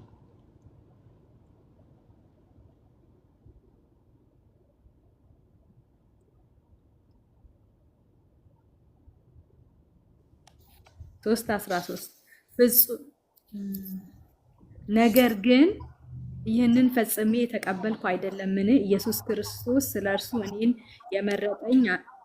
የመረጠበትን አገኝ ዘንድ እሮጣለሁ። ወንድሞቼ ሆይ እኔ ግን ፍጻሜን ገና ያገኘው አይመስለኝም ይላል። እሺ እንዲህ ነው የሚለው ቃሉ። እኔ ገና እንዳልያዝኩ ቆጥራለሁ፣ በኋላ ያለውን እየረሳው በፊቴ ያለውን ለመያዝ እዘረጋለሁ ይላል። በኋላ ያለውን እየረሳው በፊቴ ያለውን ለመያዝ እዘረጋለሁ ይላል። ስለዚህ ቅድም ቀን የሚያመጣውን አታውቅምና በነጋ አትመካ እንዳልን መጽሐፍ ቅዱስ ደግሞ በሌላ ስፍራ የመዳን ቀን ዛሬ ነው፣ የመዳን ሰዓት አሁን ነው ይላልና ከኋላ የነበረው መጥፎ ህይወትም ወደ ኋላ ለመመለስም የምትፈልጉ ሰዎች ተውና በፊታችን ያለውን ለመያዝ እንዘርጋ። በፊታችን ያለው ምንድነው? በጎ ህሊና ነው። ስለዚህ ርዕሳችን ምንድነው? የሐዋርያት ሥራ ምዕራፍ 24 ቁጥር 16 ላይ በሰውና በእግዚአብሔር ፊት ነውር የሌለበት ህሊና እንዲኖረኝ ተጋለሁ ይላልና ሁላችሁም ዛሬ ይሄንን ቃል የሰማችሁ ሰዎች በሙሉ ሰውም ሲያያችሁ እግዚአብሔርም ሲያያችሁ ነውር የሌለበት ህሊና እንዲኖረን አምላካችን ይርዳል። ልክ ኢዮብን እና ሰይጣን መጥቶ እግዚአብሔር ፊት ሲቆም ወዳጄን ኢዮብን አየኸው በምድር ላይ እንደሱ ያለ ቅን እግዚአብሔርን የሚፈራ ሰው የለም ብሎ እና አንድ ወቅት አንድ ሰው በጣም ዝንጥ ብሏል። በቃ ልነግራችሁ አልችልም አዘናነጡ። ገና ከመኪና ሲወረድ አሁን ከናንተ ጋር ይሄዳል። እንዴት አርጌ ምን አለበት በቃ እሺ ወደ ኋላውኑ ቦዲጋርዶቼ እንድትሆኑ ምናምን እንድትመስሉ እንደዚህ ለብሼማ ከናንተ ጋር መታየት የለብኝም አትመጥኑኝም እያልን ወደ ትልቅ የሰርግ ድግስ ነው የሚገባው። ልብ በሉ ቅዱስ ጳውሎስ ምንድነው ያለው? በሰውና በእግዚአብሔር ፊት ነውር የሌለበት ህሊና እንዲኖረኝ ተጋለው ነው ያለው። እንደዛ እየነጠረ ስፕሪንግ ጫማው ላይ ያለ እስኪመስል እየነጠረ ሲገባ ከፊት በጣም የበደለው ሰው ተቀምጧል። ይሄ የዘነጠው ፍለፊቱ ከስንት ዓመት በፊት የበደለውን ሰው ፍለፊቱ አየው። እዛ ሀገር ይኖራል ብሎ አልጠበቀም። ምን አላለም። ተገጣጠሙ። ምንድነው የሚባለው? ጠላት ኩምሽሽ ይበል ተነፈሰ እንደ ኳስ። ለምን? ህሊናው ላይ ነውር ስላለ። አይ ዶንት ኬር ሴቶቹ የፈለገ ጉቺ ቢኖርሽ ወር ሺኔል ቢኖርሽ የፈለገ ብትዘንጡ ብትለብሱ ምን ብትሉ አለ የሚባል ውድ መኪና በተነዱ ወንዶቹም ሴቶቹም ብንማር ባለጸጋ ብንሆን ህሊናችን ሰውና እግዚአብሔር ፊት መቆም ካልቻለ ምንም ማድረግ አይቻልም። እዚህ ከዛሬዋ ቀን ጀምሮ እንደምንሞት አስበን ነውር ለሌለበት ህሊና ለበጎ ህሊና እንትጋ። ይበቃናል። ሚና ጥያቄ ያለው ሰው ካለ 1-2 ደቂቃ ልቀመጥልሽ፣ ከሌለ ግን ይቆያል። ቃልዮት ያሰማልን መምህርዬ፣ ቃልዮት ያሰማልን። በእውነት እግዚአብሔር ዋሰበ። እኔ ሁሉ ጊዜም በ2018 በቃ ስለ በጎ ህሊና እንድናወራ ነው ሁሌም የምፈልገውና እግዚአብሔር ብዙ ነገር ነው ያስደመጠን። ቃልዮት ያሰማልን። በእውነት ጥያቄ ካላችሁ መምህርንም መርቁ፣ ጥያቄያችሁንም ጠይቁ። ቃልዮት ያሰማልን። እሰማለሁ። እንዴት ናችሁ?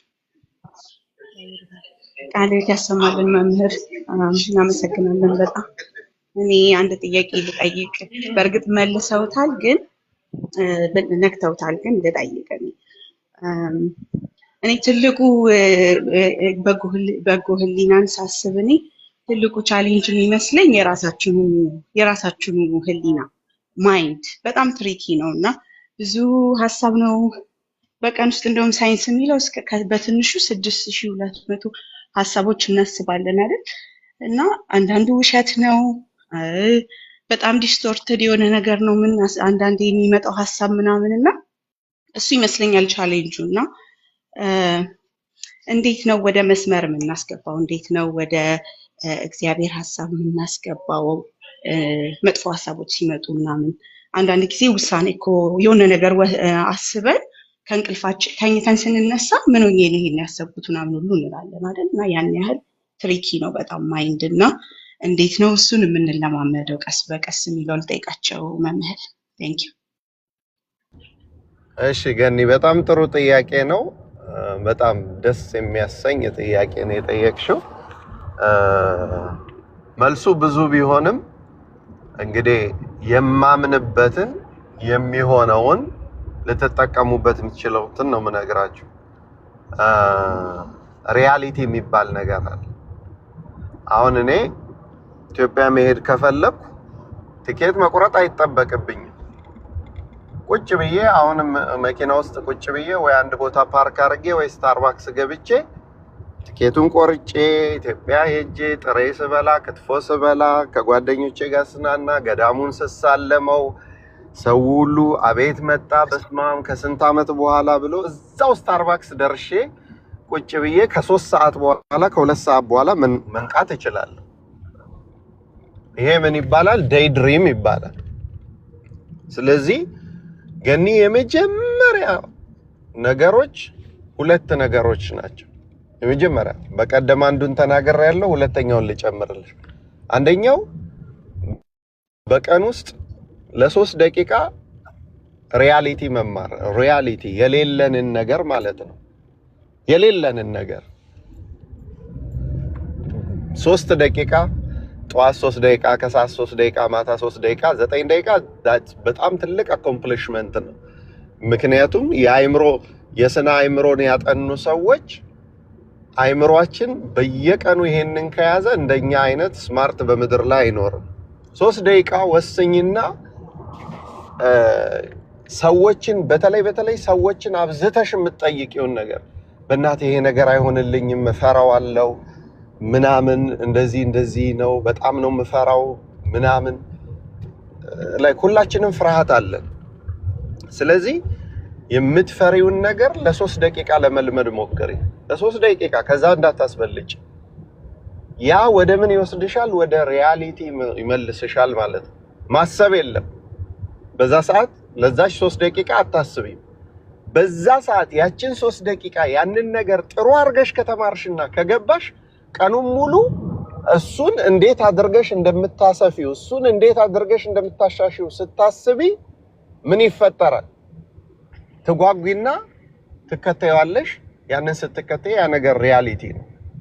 የመጀመሪያው ወደ ሪያሊቲ መመለስ ነው። ሁለተኛ ስቲኪ ኖት። ሁለተኛው ፈረንጆቹ ላይ የምንሰቅባቸው ነገሮች ሰውነታችንን ትሬን ማድረግ አለብን። ስቲኪ ኖት ከሌለሽ በቃ ህይወት የተበላሸ። ስልክሽም አይደለም ላፕታፑም አይደለም፣ ስቲኪ ኖት። 3 ነገሮች በቀን ሳትጨርሺ ላለማደር ላለመተኛት ትወስኛለሽ። ይሄን ሳልጨርስ አልተኛም። በዛሬ ዕለት ብለሽ ያን 3 ነገር መጻፍ አለብሽ ከእንቅልፍሽ እንደተነሳሽ። ከዛ ከ3ቱ ነገር ውጪ ሌላ ነገር ምንም አታስቢ፣ ምንም አትስሪ። ምንም ይሄ ጸሎት የሚያስፈልገው ምናምን። አንዳንድ ሰው ችግር ውስጥ የሚገባው ሁሉንም ነገር በጸሎት ለመፍታት ይሞክራል። ግን መጽሐፉ እንደዛ አይልም። መጽሐፉ እንደዛ አይልም። የሉቃስ ወንጌል ምዕራፍ 24 ቁጥር 18 ላይ ኢየሱስ ክርስቶስ ሀብታሙን ሰውዬ የጠየቀው አንድ ነገር ነበር። ምንድነው የጠየቀው? ያ ባለጸጋ መጣና ለሰው ወደ እግዚአብሔር መንግስት መግባት እንዴት ይቻላል? ሕግጋቱን ጠብቅ አለው። ህግጋቱ ምንድናቸው አለው። ህግጋቱማ እነዚህ ናቸው ብሎ ክርስቶስ ሲዘረዝርለት ይሄ ሰው ምን አለ? ጌታ ሆይ አጨርሰው፣ እነዚህን ከልጅነቴ ጀምሬ ጠብቄያለሁ አለ። ልብ በይ፣ ለክርስቶስ ነው በሙሉ ኮንፊደንስ ይሄን መልስ የሰጠው። ወይ አጨርሰው፣ እነዚህ ከሆኑማ ተዛዛቱ፣ እነዚህን ከልጅነቴ ጀምሮ ጠብቄያለሁ አለ። እንዴት መታደል ነው! 10ሩንም ትእዛዛት ከልጅነቱ ጀምሮ ጠብቋል። ከዛ በኋላ ጌታ እንዴት ቀረች አለው። አንድ ነገር ቀረ። ምንድነው ሲለው ለድሆች ማካፈልን አትርሳ ሲለው ሀብቱ በጣም ብዙ ስለነበረ አንተን ለመከተል ሀብቴን የምሰጥ ከሆነ መንግስቱም ይቅር ምኑም ይቅር መሄድ ይሻለኛል አለና ተነስቶ የክርስቶስን መንግስት ትቶ ወደ ሀብቱ ተመለሰ። ከዛ ክርስቶስ ምን አለ? ግመል በመርፌ ቀዳዳ ብትሾልክ ይቀላታል ባለጸጋ ወደ እግዚአብሔር መንግስት ከሚገባ አለና ፓሲቢሊቲውን አስቀመጠ። ፓሲቢሊቲው ምንድነው? ስስታም ሰው ወደ እግዚአብሔር መንግስት ከሚገባ ግመል በመርፌ ቀዳዳ ብትሾልክ በጣም ቀላል ነው አለ። ሐዋርያት እንዴ ይሄ ነገር እንዴት ሊሆን ይችላል አሉት። የጌታ መልስ ምን ነበር? ለሰው የማይቻል ለእግዚአብሔር ይቻለዋል አለ። ስለዚህ ብዙ ጊዜ ጧትና ማታ ጸሎት ላይ ጊዜ የምታጠፉ ሰዎች መጀመሪያ የምትጸልዩበትን ነገር ወቁ። ለሰው የማይቻል ለእግዚአብሔር ይቻለዋል። ሰው የሚችለው ነገር አለ፣ እግዚአብሔር የሚችለው ነገር አለ። እግዚአብሔር ሰውን በጣም ጠንካራ አድርጎ ነው የፈጠረው። ፕሬዝዳንትነትን፣ የሀገር መሪነትን፣ የዓለም መሪነትን በተለይ ክርስቲያኖችን አዳምና ሔዋንን ባረካቸውና ምን አላቸው ነው የሚለው? ብዙ ተባዙ ምድርም ሙሏት ግዟትም ንዷትም አለ። በመጀመሪያው ጊዜ የተሰጠን መንዳት፣ መግዛት፣ ማስተዳደር ይሄ ነው ለኛ የተሰጠን። ስለዚህ ይሄንን ነገር ማድረግ ሳንችል ስንቀር ነው ችግር ውስጥ የምንገባው ነው የምልሽ። ስለዚህ ስቲኪ ኖት ታወጪና ትጽፊያለሽ። ከጻፍሽ በኋላ ይሄን ነገር እኔ እችለዋለሁ ወይስ ወደ እግዚአብሔር ነው ማቅረብ ያለብኝ? በቃ ከዛ ቁጭ ብሎ ማሰብ ይቀራል። 3 ነገር ትጽፊያለሽ። ያን 3 ነገር ከጻፍሽ በኋላ ቀንሽ እዛ 3 ነገር ላይ ይመረኮዛል ማለት ነው። ስልክ መደወል ሊሆን ይችላል፣ ጉዳይ ሄዶ ማስፈጸም ሊሆን ይችላል፣ የረሳሽውን ቢል መክፈል ሊሆን ይችላል። ምንም ይሁን ምን ብቻ ስቲኪ ኖት አስቀምጪ ጽፈሽ ከእንቅልፍሽ እንደተነሳሽ ለጸሎት እንኳን የምትቆሚ ከሆነ እሱ ላይ ጸልይበት። ምን አድርገሽ አምላኬ በዚህ ጉዳይ ላይ ምንድነው የምትለው ብለሽ ማለት ነው። እዚህ ሁለቱ ሪያሊቲዎች ምንድነው? አንደኛው ከዴይ ድሪም መውጣት፣ ሁለተኛ ሪያሊቲ መቀበል። እኔ ሰነፍ ነኝ፣ አዎ ሰነፍ ነኝ። እኔ እንደዚህ ነኝ፣ አዎ እንደዚህ ነኝ። አሁን ሁላችንም ብንጠያየቅ ማለት ነው፣ እዚህ ውስጥ ያለን ሰዎች ብንጠያየቅ እውነቱን እናውራ ብንባል ጂም ተመዝግቦ የሄደው ሰው ስንት ነው ቢባል ስንት ነው? በጣም ብዙ ነው። ለምን? ገና ጂም ሲመዘገብ ስትከሳ በቃ ሰውነቱ ሲለወጥ ያያል። በዛ ድሪም ሆኖ ምን ያደርጋል? ይቀጥላል። ሰዎች ሲጠይቁት እኔ እኮ ቀላል አድርገኛል እንደ ጂም ሜምበር ነኝ፣ ላፕታፕ ይገዛል፣ በቃ ተምሬ ሰልጥኜ ይባላል። የለም ስልጠና። የሆነ ነገር ይደረጋል፣ የለም። የሆነ ነገር ይደረጋል፣ የለም። ካሜራ ይገዛል፣ አንድም ፎቶ አይነሳም። ስማርት ስልክ ይገዛል፣ ስማርት አንሆንም። ስለዚህ በዴይ ድሪም ውስጥ ነው ያለ ነው ማለት ነው። እና ወደ ሪያሊቲ እንምጣ። መሳቅ አይቻልም፣ ግን አንድ ነገር ነግራችኋለሁ። ግን ያለው መሳቅ አይቻልም። ለምን? የኔ ስለሆነ ማለት ነው። እስኪ አሁን ቤት ውስጥ የቤት ስራ ልስጣችሁ። እንደኔ ጉድ የተሰራችሁ ማለት ነው። የሆነ ዕቃ ገዝታችሁ ልትገጣጥሙ ገዝታችሁት ከገዛችሁት በኋላ 6 ወር 4 ወር 3 ወር የፈጀባችሁ ይሄው እኔ ንስሐ ገባው ማለት ነው ሜና ቤት። እስቲ አንዳንድ ቁጥር ጻፉ። ግማሾቻችን አልፎ ተርፎ እንቅፋት የሆነ ሲደበድበን መጨረሻ ወይ ትራሽ እናረጋዋለን ወይ ስቲል አሁንም እንተያያለን። አላችሁ ሰዎች እንደዛ አይነት ሰዎች ወይስ እኔ ብቻ ነኝ? አዎ ባለቤቴ ትስቃለች። 2 ወር ፈጀብኛል። በቃ ስገዛው እቃውን የነበረኝ ሞራል በቃ የቱሉ ምናምን ሁሉ ነገር ተገዛ። በአንድ ቀን ሃንዲማን ለመሆን ተነሳው ማለት ነው። ልናይ ከርመን ብላ ፈገግ ብላ ወጣች። መጀመሪያ ከነባክሱ አንድ ሳምንት ተቀመጠ። ከዛ ወኔ የመጣና ባክስ ኦፕሬተር መጣው፣ ከፈትኩት።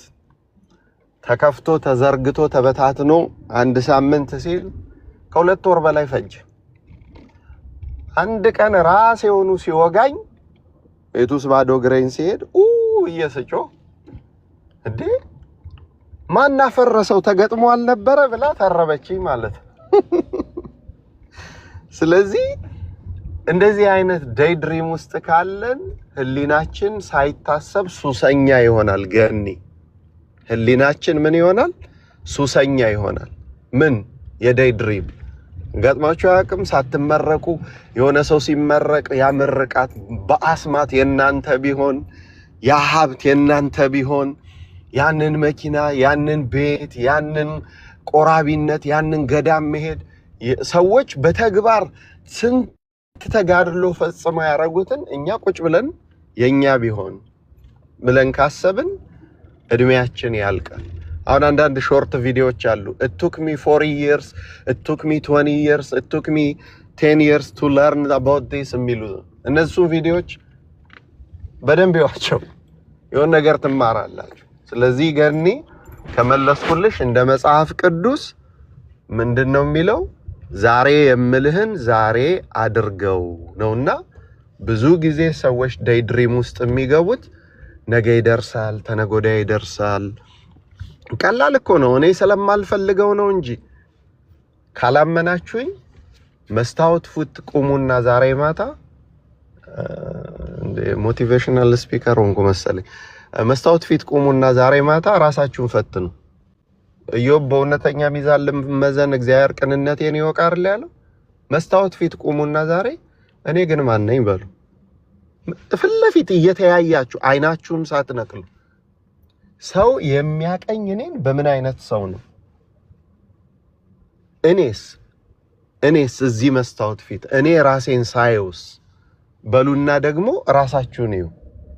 የዛን ጊዜ መልስ ታገኛላችሁ። ከልባችሁ ወደ ውስጥ ካያችሁ ታለቅሳላችሁ። ምክንያቱም አስመሳዮች ከሆንን ሰው ሲያየንና ውጪና ውስጥ አንድ ካልሆንን እንባችሁ ዝም ብሎ ይፈሳል። እንባችሁ ዝም ብሎ ምንም ነገር እኮ ሳትጸጸቱ ምን ሳትሉ ራሱ ህሊናችሁ ዳኛ ሆኖ ውሳኔው ያስለቅሳችሁ። በምድር ላይ በጣም የሚያስፈራው ነገር ምን እንደሆነ ታውቃላችሁ? ወደ ራስ ማየት። ለዛም ነው ክርስቶስ በአይንህ ያለው ምሰሶ ሳታወጣ በሌላው ውስጥ ያለውን ትንኝ ለማየት ወይ ለማውጣት ለምን ትታገላለህ ያለው። እና ገኒ ከተመለሰልሽ እንዴት አድርገን ወደ መንፈሳዊ እንዴት አድርገን ወደ ቀጥተኛ ዝም ብሎ ሳይጠጣ በሐሳብ የሚሰከር ህይወትን እንተው ካልሽኝ ወደ ሪያሊቲ መምጣት እና በቀን 3 ደቂቃ የሆነ ነገር መማር፣ ቀጥሎ ስቲኪ ኖት እየገዛሽ መጻፍ። እስኪ ሰለችሽ አንድ ቀን ፌል ብታረጊ ሁለተኛው ቀን ፌል ብታረጊ ያ ነገር ህይወትሽ እስኪሆን ድረስ ዴዲኬሽን ጻፊው። ከሶስቱ አንዱን ከፈጸምሽ የመጀመሪያው ቀን ታላቅ ነገር ነው። ከዛ እያረፍሽ ካለዛ መኖር ታቆሚያለሽ። በቃ ያን ከለመድሽ ሰዎች ድንገት ቢጠሩሽ አትሄጂም፣ ራንደምሊ ምንም አትደርጊም። እንደዛ ይሆናል ማለት ነው። የመጨረሻው መስታወት ፊት ቆሞ ራስን ወደ ማየት። እኔ ሰነፍ ነኝ፣ ሰዎች ግን አያውቁም። እኔ ግን አዋቂ መስላለሁ፣ አስመስላለሁ። እኔ ግን ምንም አላውቅም። አስመሳይ ነኝ፣ ውሸታም ነኝ፣ ተንኮለኛ ነኝ። ራስን በየቀኑ እዛ መስታወት ፊት ውስጥ ካለው ከንጹህ መስታወቱ ያመጣልን ዞር ስንል ምንም የማያረጋውን ነው አይደለ? ከንጹህ ሰው ጋር ውስጥ መስታወት ውስጥ ሪፍሌክት ያደረገው ያ እኛን እየዳኛለ። ከዛ ሰው ጋር በየቀኑ ከተሟገትሽ ህሊናሽ ወደ ረፍት ይወጣል ማለት ነው። እንግዲህ ይሄው ነው ያለው።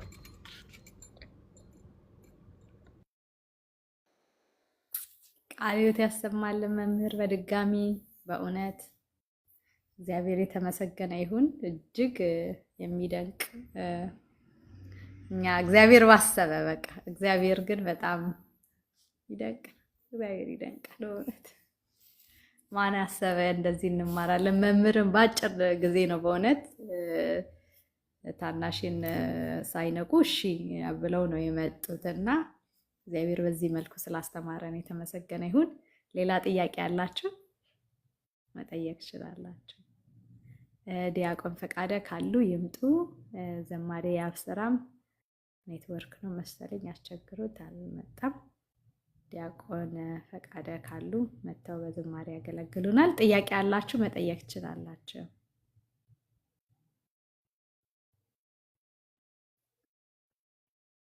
ይሰማል አይደለም? ትሰሚያለሽ? ከሌለ ዲያቆንን ቃል ያሰማው ልበላቸው እና ላመስግናቸው። ዲያቆን በጣም እናመሰግናለን። እኔ ህይወት ላይ አፍተር ኦል ያው ክርስትና ህይወት ነው አይደለ? እና እሱ ነው ደግሞ ቻሌንጅ የሚያደርገው ነው። ህይወትን የተመለከተ ትምህርት ሲሰጡ በጣም ጎበዝ ከሆኑ መምህራን አንዱ ሰው ነው እና እናመሰግናለን። በጣም ያስተምሩ እንደዚህ አሚን ዶግማው ላይ ምናምን በደንብ ይሰራሉ፣ ወንድሞች በደንብ ይሰራሉ ከንጽጽሩ ጋር ምናምን ተያይዞና ግን ይሄ ህይወቷ ላይ ክፍተት ያለ ይመስለኛል። እኔ ብዙ ቤት ገብቼ ተናግሬ ነበር እና ሚና ይህን ፕሮግራም ሳየው ዛሬ ደስ አለኝ። ለዛ ነው ጆይን ያደረኩት። እናመሰግናለን። በጣም አመሰግናለሁ ሁላችሁ። በሚና ሰላም ዋሉ። እንግዲህ እግዚአብሔር ከእናንተ ጋር ይሁን። አሜን። እግዚአብሔር ያክብርልኝ። አሜን አሜን። እሺ በርቱ። እሺ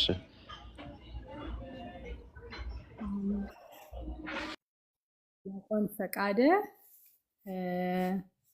ዘማሪ ያብስራ ካላችሁ መታችሁ በዝማሬ አገልግሎት እንድትሰጡንና የዛሬ ፕሮግራማችንን እንድንጨርስ መልካም ነበረ። ኔትወርኩ ዛሬ በጣም አስቸግሯቸዋል ሀገር ቤት። ያብስራዬም እየተቸገረ ነበር የመጣው። እንደውም ብዙ አቆየ ነው ግን ይሁን የእግዚአብሔር ፈቃድ ይሁን። ዲያቆን ፈቃደም እያየኋቸው ነበረ። ካላስቸገሩት መምጣት ከቻሉ ተው በዝማሬ ሊያገለግሉን። እንግዲህ ዛሬ መምህራችን መምህር ያሬድ አገልግሎት ወጥተው እንግዲህ በጎነት የሚለውን የመንፈስ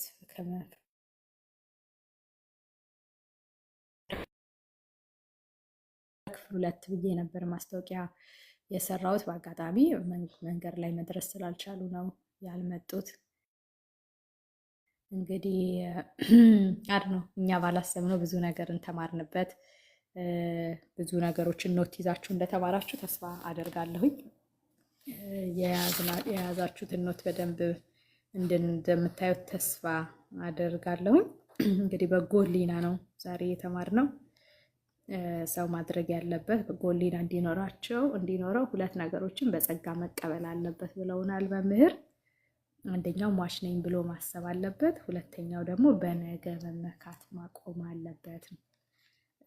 በጎ ሕሊና ኖሮን ስንኖር ደግሞ እንዴት በጎ ሕሊና ከሌላቸው ሰዎች ጋር እንኑር፣ እንዴት ይከብደናልና እንዴት እናድርግ ለሚለው ደግሞ የነገሩን የሰው ሕይወት ሰልፍ ስለሆነ በምድር ላይ ይሄ እንዳለብን አምነን ነው። ለምን ጦር ሜዳ ነው የሰው ልጅ ሕይወቱ። ስለዚህ መማረክ፣ መገደል፣ መውደቅ ዘሴም ታይም ደግሞ ማሸነፍ አለው እና ለማሸነፍ እግዚአብሔርን ይዘን መኖር አለብን። ሌላው ደግሞ የኋላውን ትቼ ወደፊት ሄዳለሁ ዘረጋለሁ እንዳለ እንደ ቅዱስ ጳውሎስ ወደፊት የፊታችንን ብቻ እያየን በትላንትናችን እንዳንታሰር ወደ መጥፎ ነገር እንዳንገባ መኖር አለብን የሚለውን ነገር ነው በደንብ ያሳሰቡን። የዛሬ የተማርናቸውን ጥቅሶች መያዝ ለምትፈልጉ የመጀመሪያ የተነሳንበት ጥቅስ የሐዋርያት ሥራ ምዕራፍ 24 ከቁጥር 16 ነው።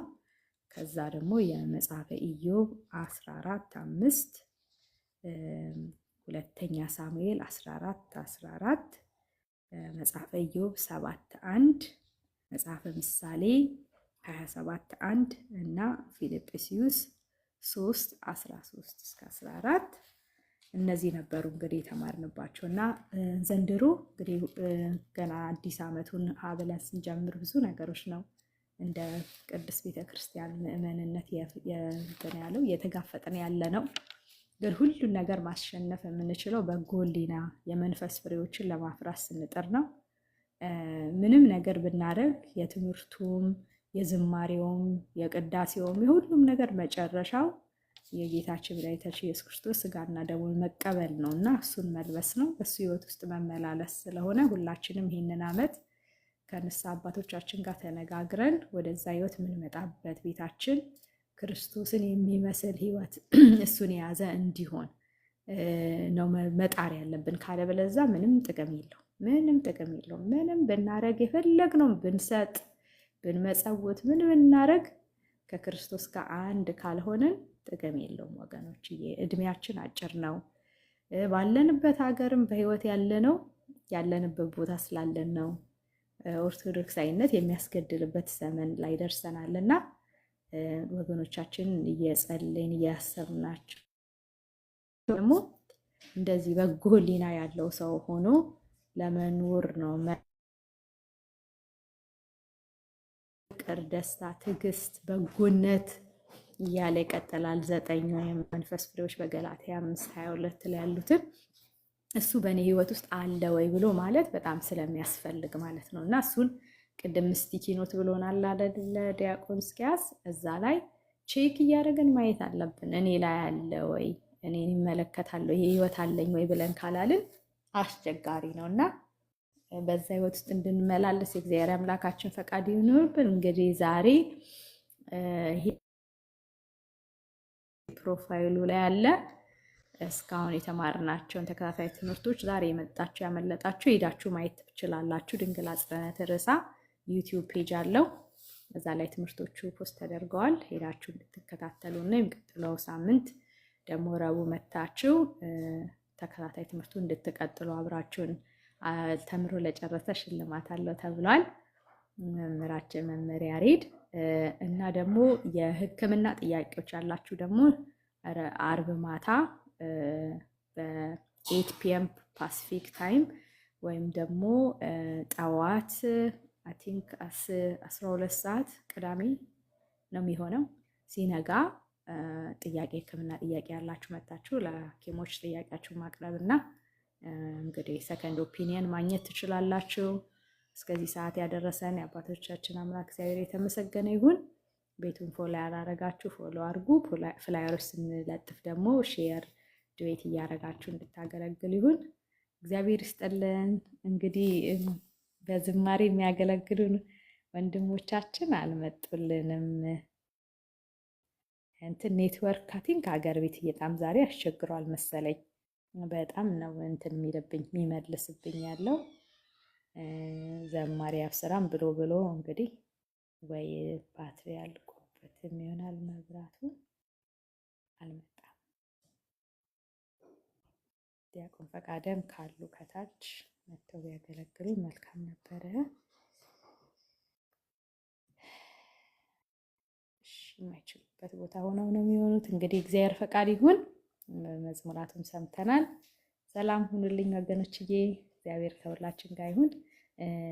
ፕሮፋይላችሁን የቀየራችሁ እግዚአብሔር ይስጥልን። ሁላችሁም በያላችሁበት ለኦርቶዶክሳውያን ለታረዱት እሺ ዲያቆንዬ ይቅርታ ረበሽኩ። እሺ ሶሪ በጣም ፕሮፋይላችሁን ያልቀየራችሁ ኦርቶዶክሳውያን ወገኖቻችን ፕሮፋይላችሁን በመቀየር ለሰማዕታቱ ድምፅ እንድንሆን። እንደምታዩት ግድያው አልቆመም ቀጥሏል። ግን ሙቭመንታችን ደግሞ መልስ እስክናገኝ ከሰማይም ከምድርም አናቆምምና በቻላችሁት ሁሉ በጸሎት እንድታስቡ እንድታሳስቡ የሚሰጠንን ትእዛዝ ደግሞ ከአባቶቻችን ከወንድሞቻችን ደግሞ እየተከበርን እሺ ኪያዬ እሺ ዘምሪ ደስ ይለኛል። ይቅርታ አላወቅኩም። ይቅርታ ታላ እሺ ዘምሪ በይ። እንዴት አደራችሁ? እንዴት ዋላችሁ? ቃሉን ያሰማልን ያለ በእግዚአብሔር ተማምኜ ዘምራለሁ። ስማሙ ሰዎች ደስ ይበለን በአምላካችን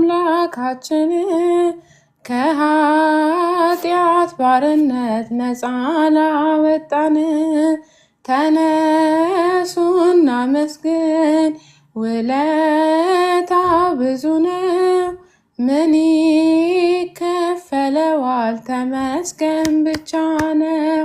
ሰዎች ደስ ይበለን በአምላካችን ከኃጢአት ባርነት ነፃ ላወጣን ተነሱና መስግን ውለታው ብዙ ነው ምን ይከፈለዋል ተመስገን ብቻ ነው። በኃጢአት በሽታ ወድቄ ሳለሁኝ መድኃኒት ክርስቶስ ከውድቀት ያነሳኝ ስጦታው ብዙ ነው ለእኔ የሰጠኝ ተመስገን ብቻ ነው አምላክ ላንተ ያለኝ። ሰዎች ደስ ይበለን በአምላካችን ከኃጢአት ባርነት ነፃ ላወጣን ተነሱን መስግን ውለታው ብዙ ነው ምን ይከፈለዋል ተመስገን ብቻ ነው።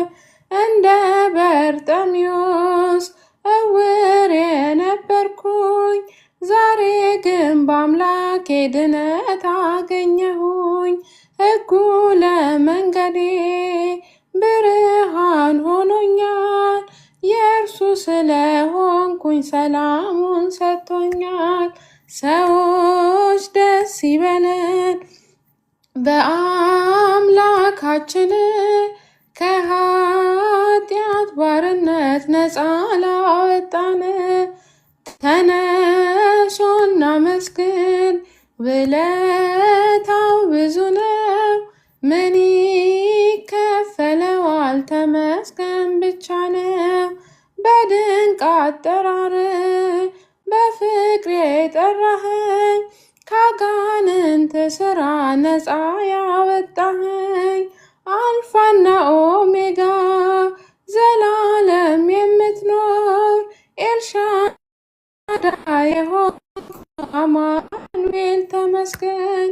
ሰዎች ደስ ይበለን በአምላካችን ከኃጢአት ባርነት ነፃ ላወጣን ተነሱና መስግን ውለታው ብዙ ነው ምን ይከፈለዋል ተመስገን ብቻ ነው። የዕዳ ደብዳቤ ጌታ የቀደደ የማዳኑ ስራ ባይኔ አይቻለሁ። ቸርነቱ አያልቅም ድንቅ የሆነ ጌታ ስሙን እናመስግን እንዘምር በእልልታ። ሰዎች ደስ ይበለን በአምላካችን ከኃጢአት ባርነት ነፃ ያወጣን ተነሱና መስግን ውለታው ብዙ ነው ምን ይከፈለዋል ተመስገን ብቻ ነው። አሜን። ዝማሬያችን ይቀበላል። ዝማሬ መላእክትን ያሰማልን። ዝማሬ መላእክትን ያሰማልን። ዝማሬ መላእክትን ያሰማለታችን እግዚአብሔር ይስጥልን። ሁላችሁም በያላችሁበት ሰላም እግዚአብሔር አይለያችሁ። ደህና ሁኑልኝ።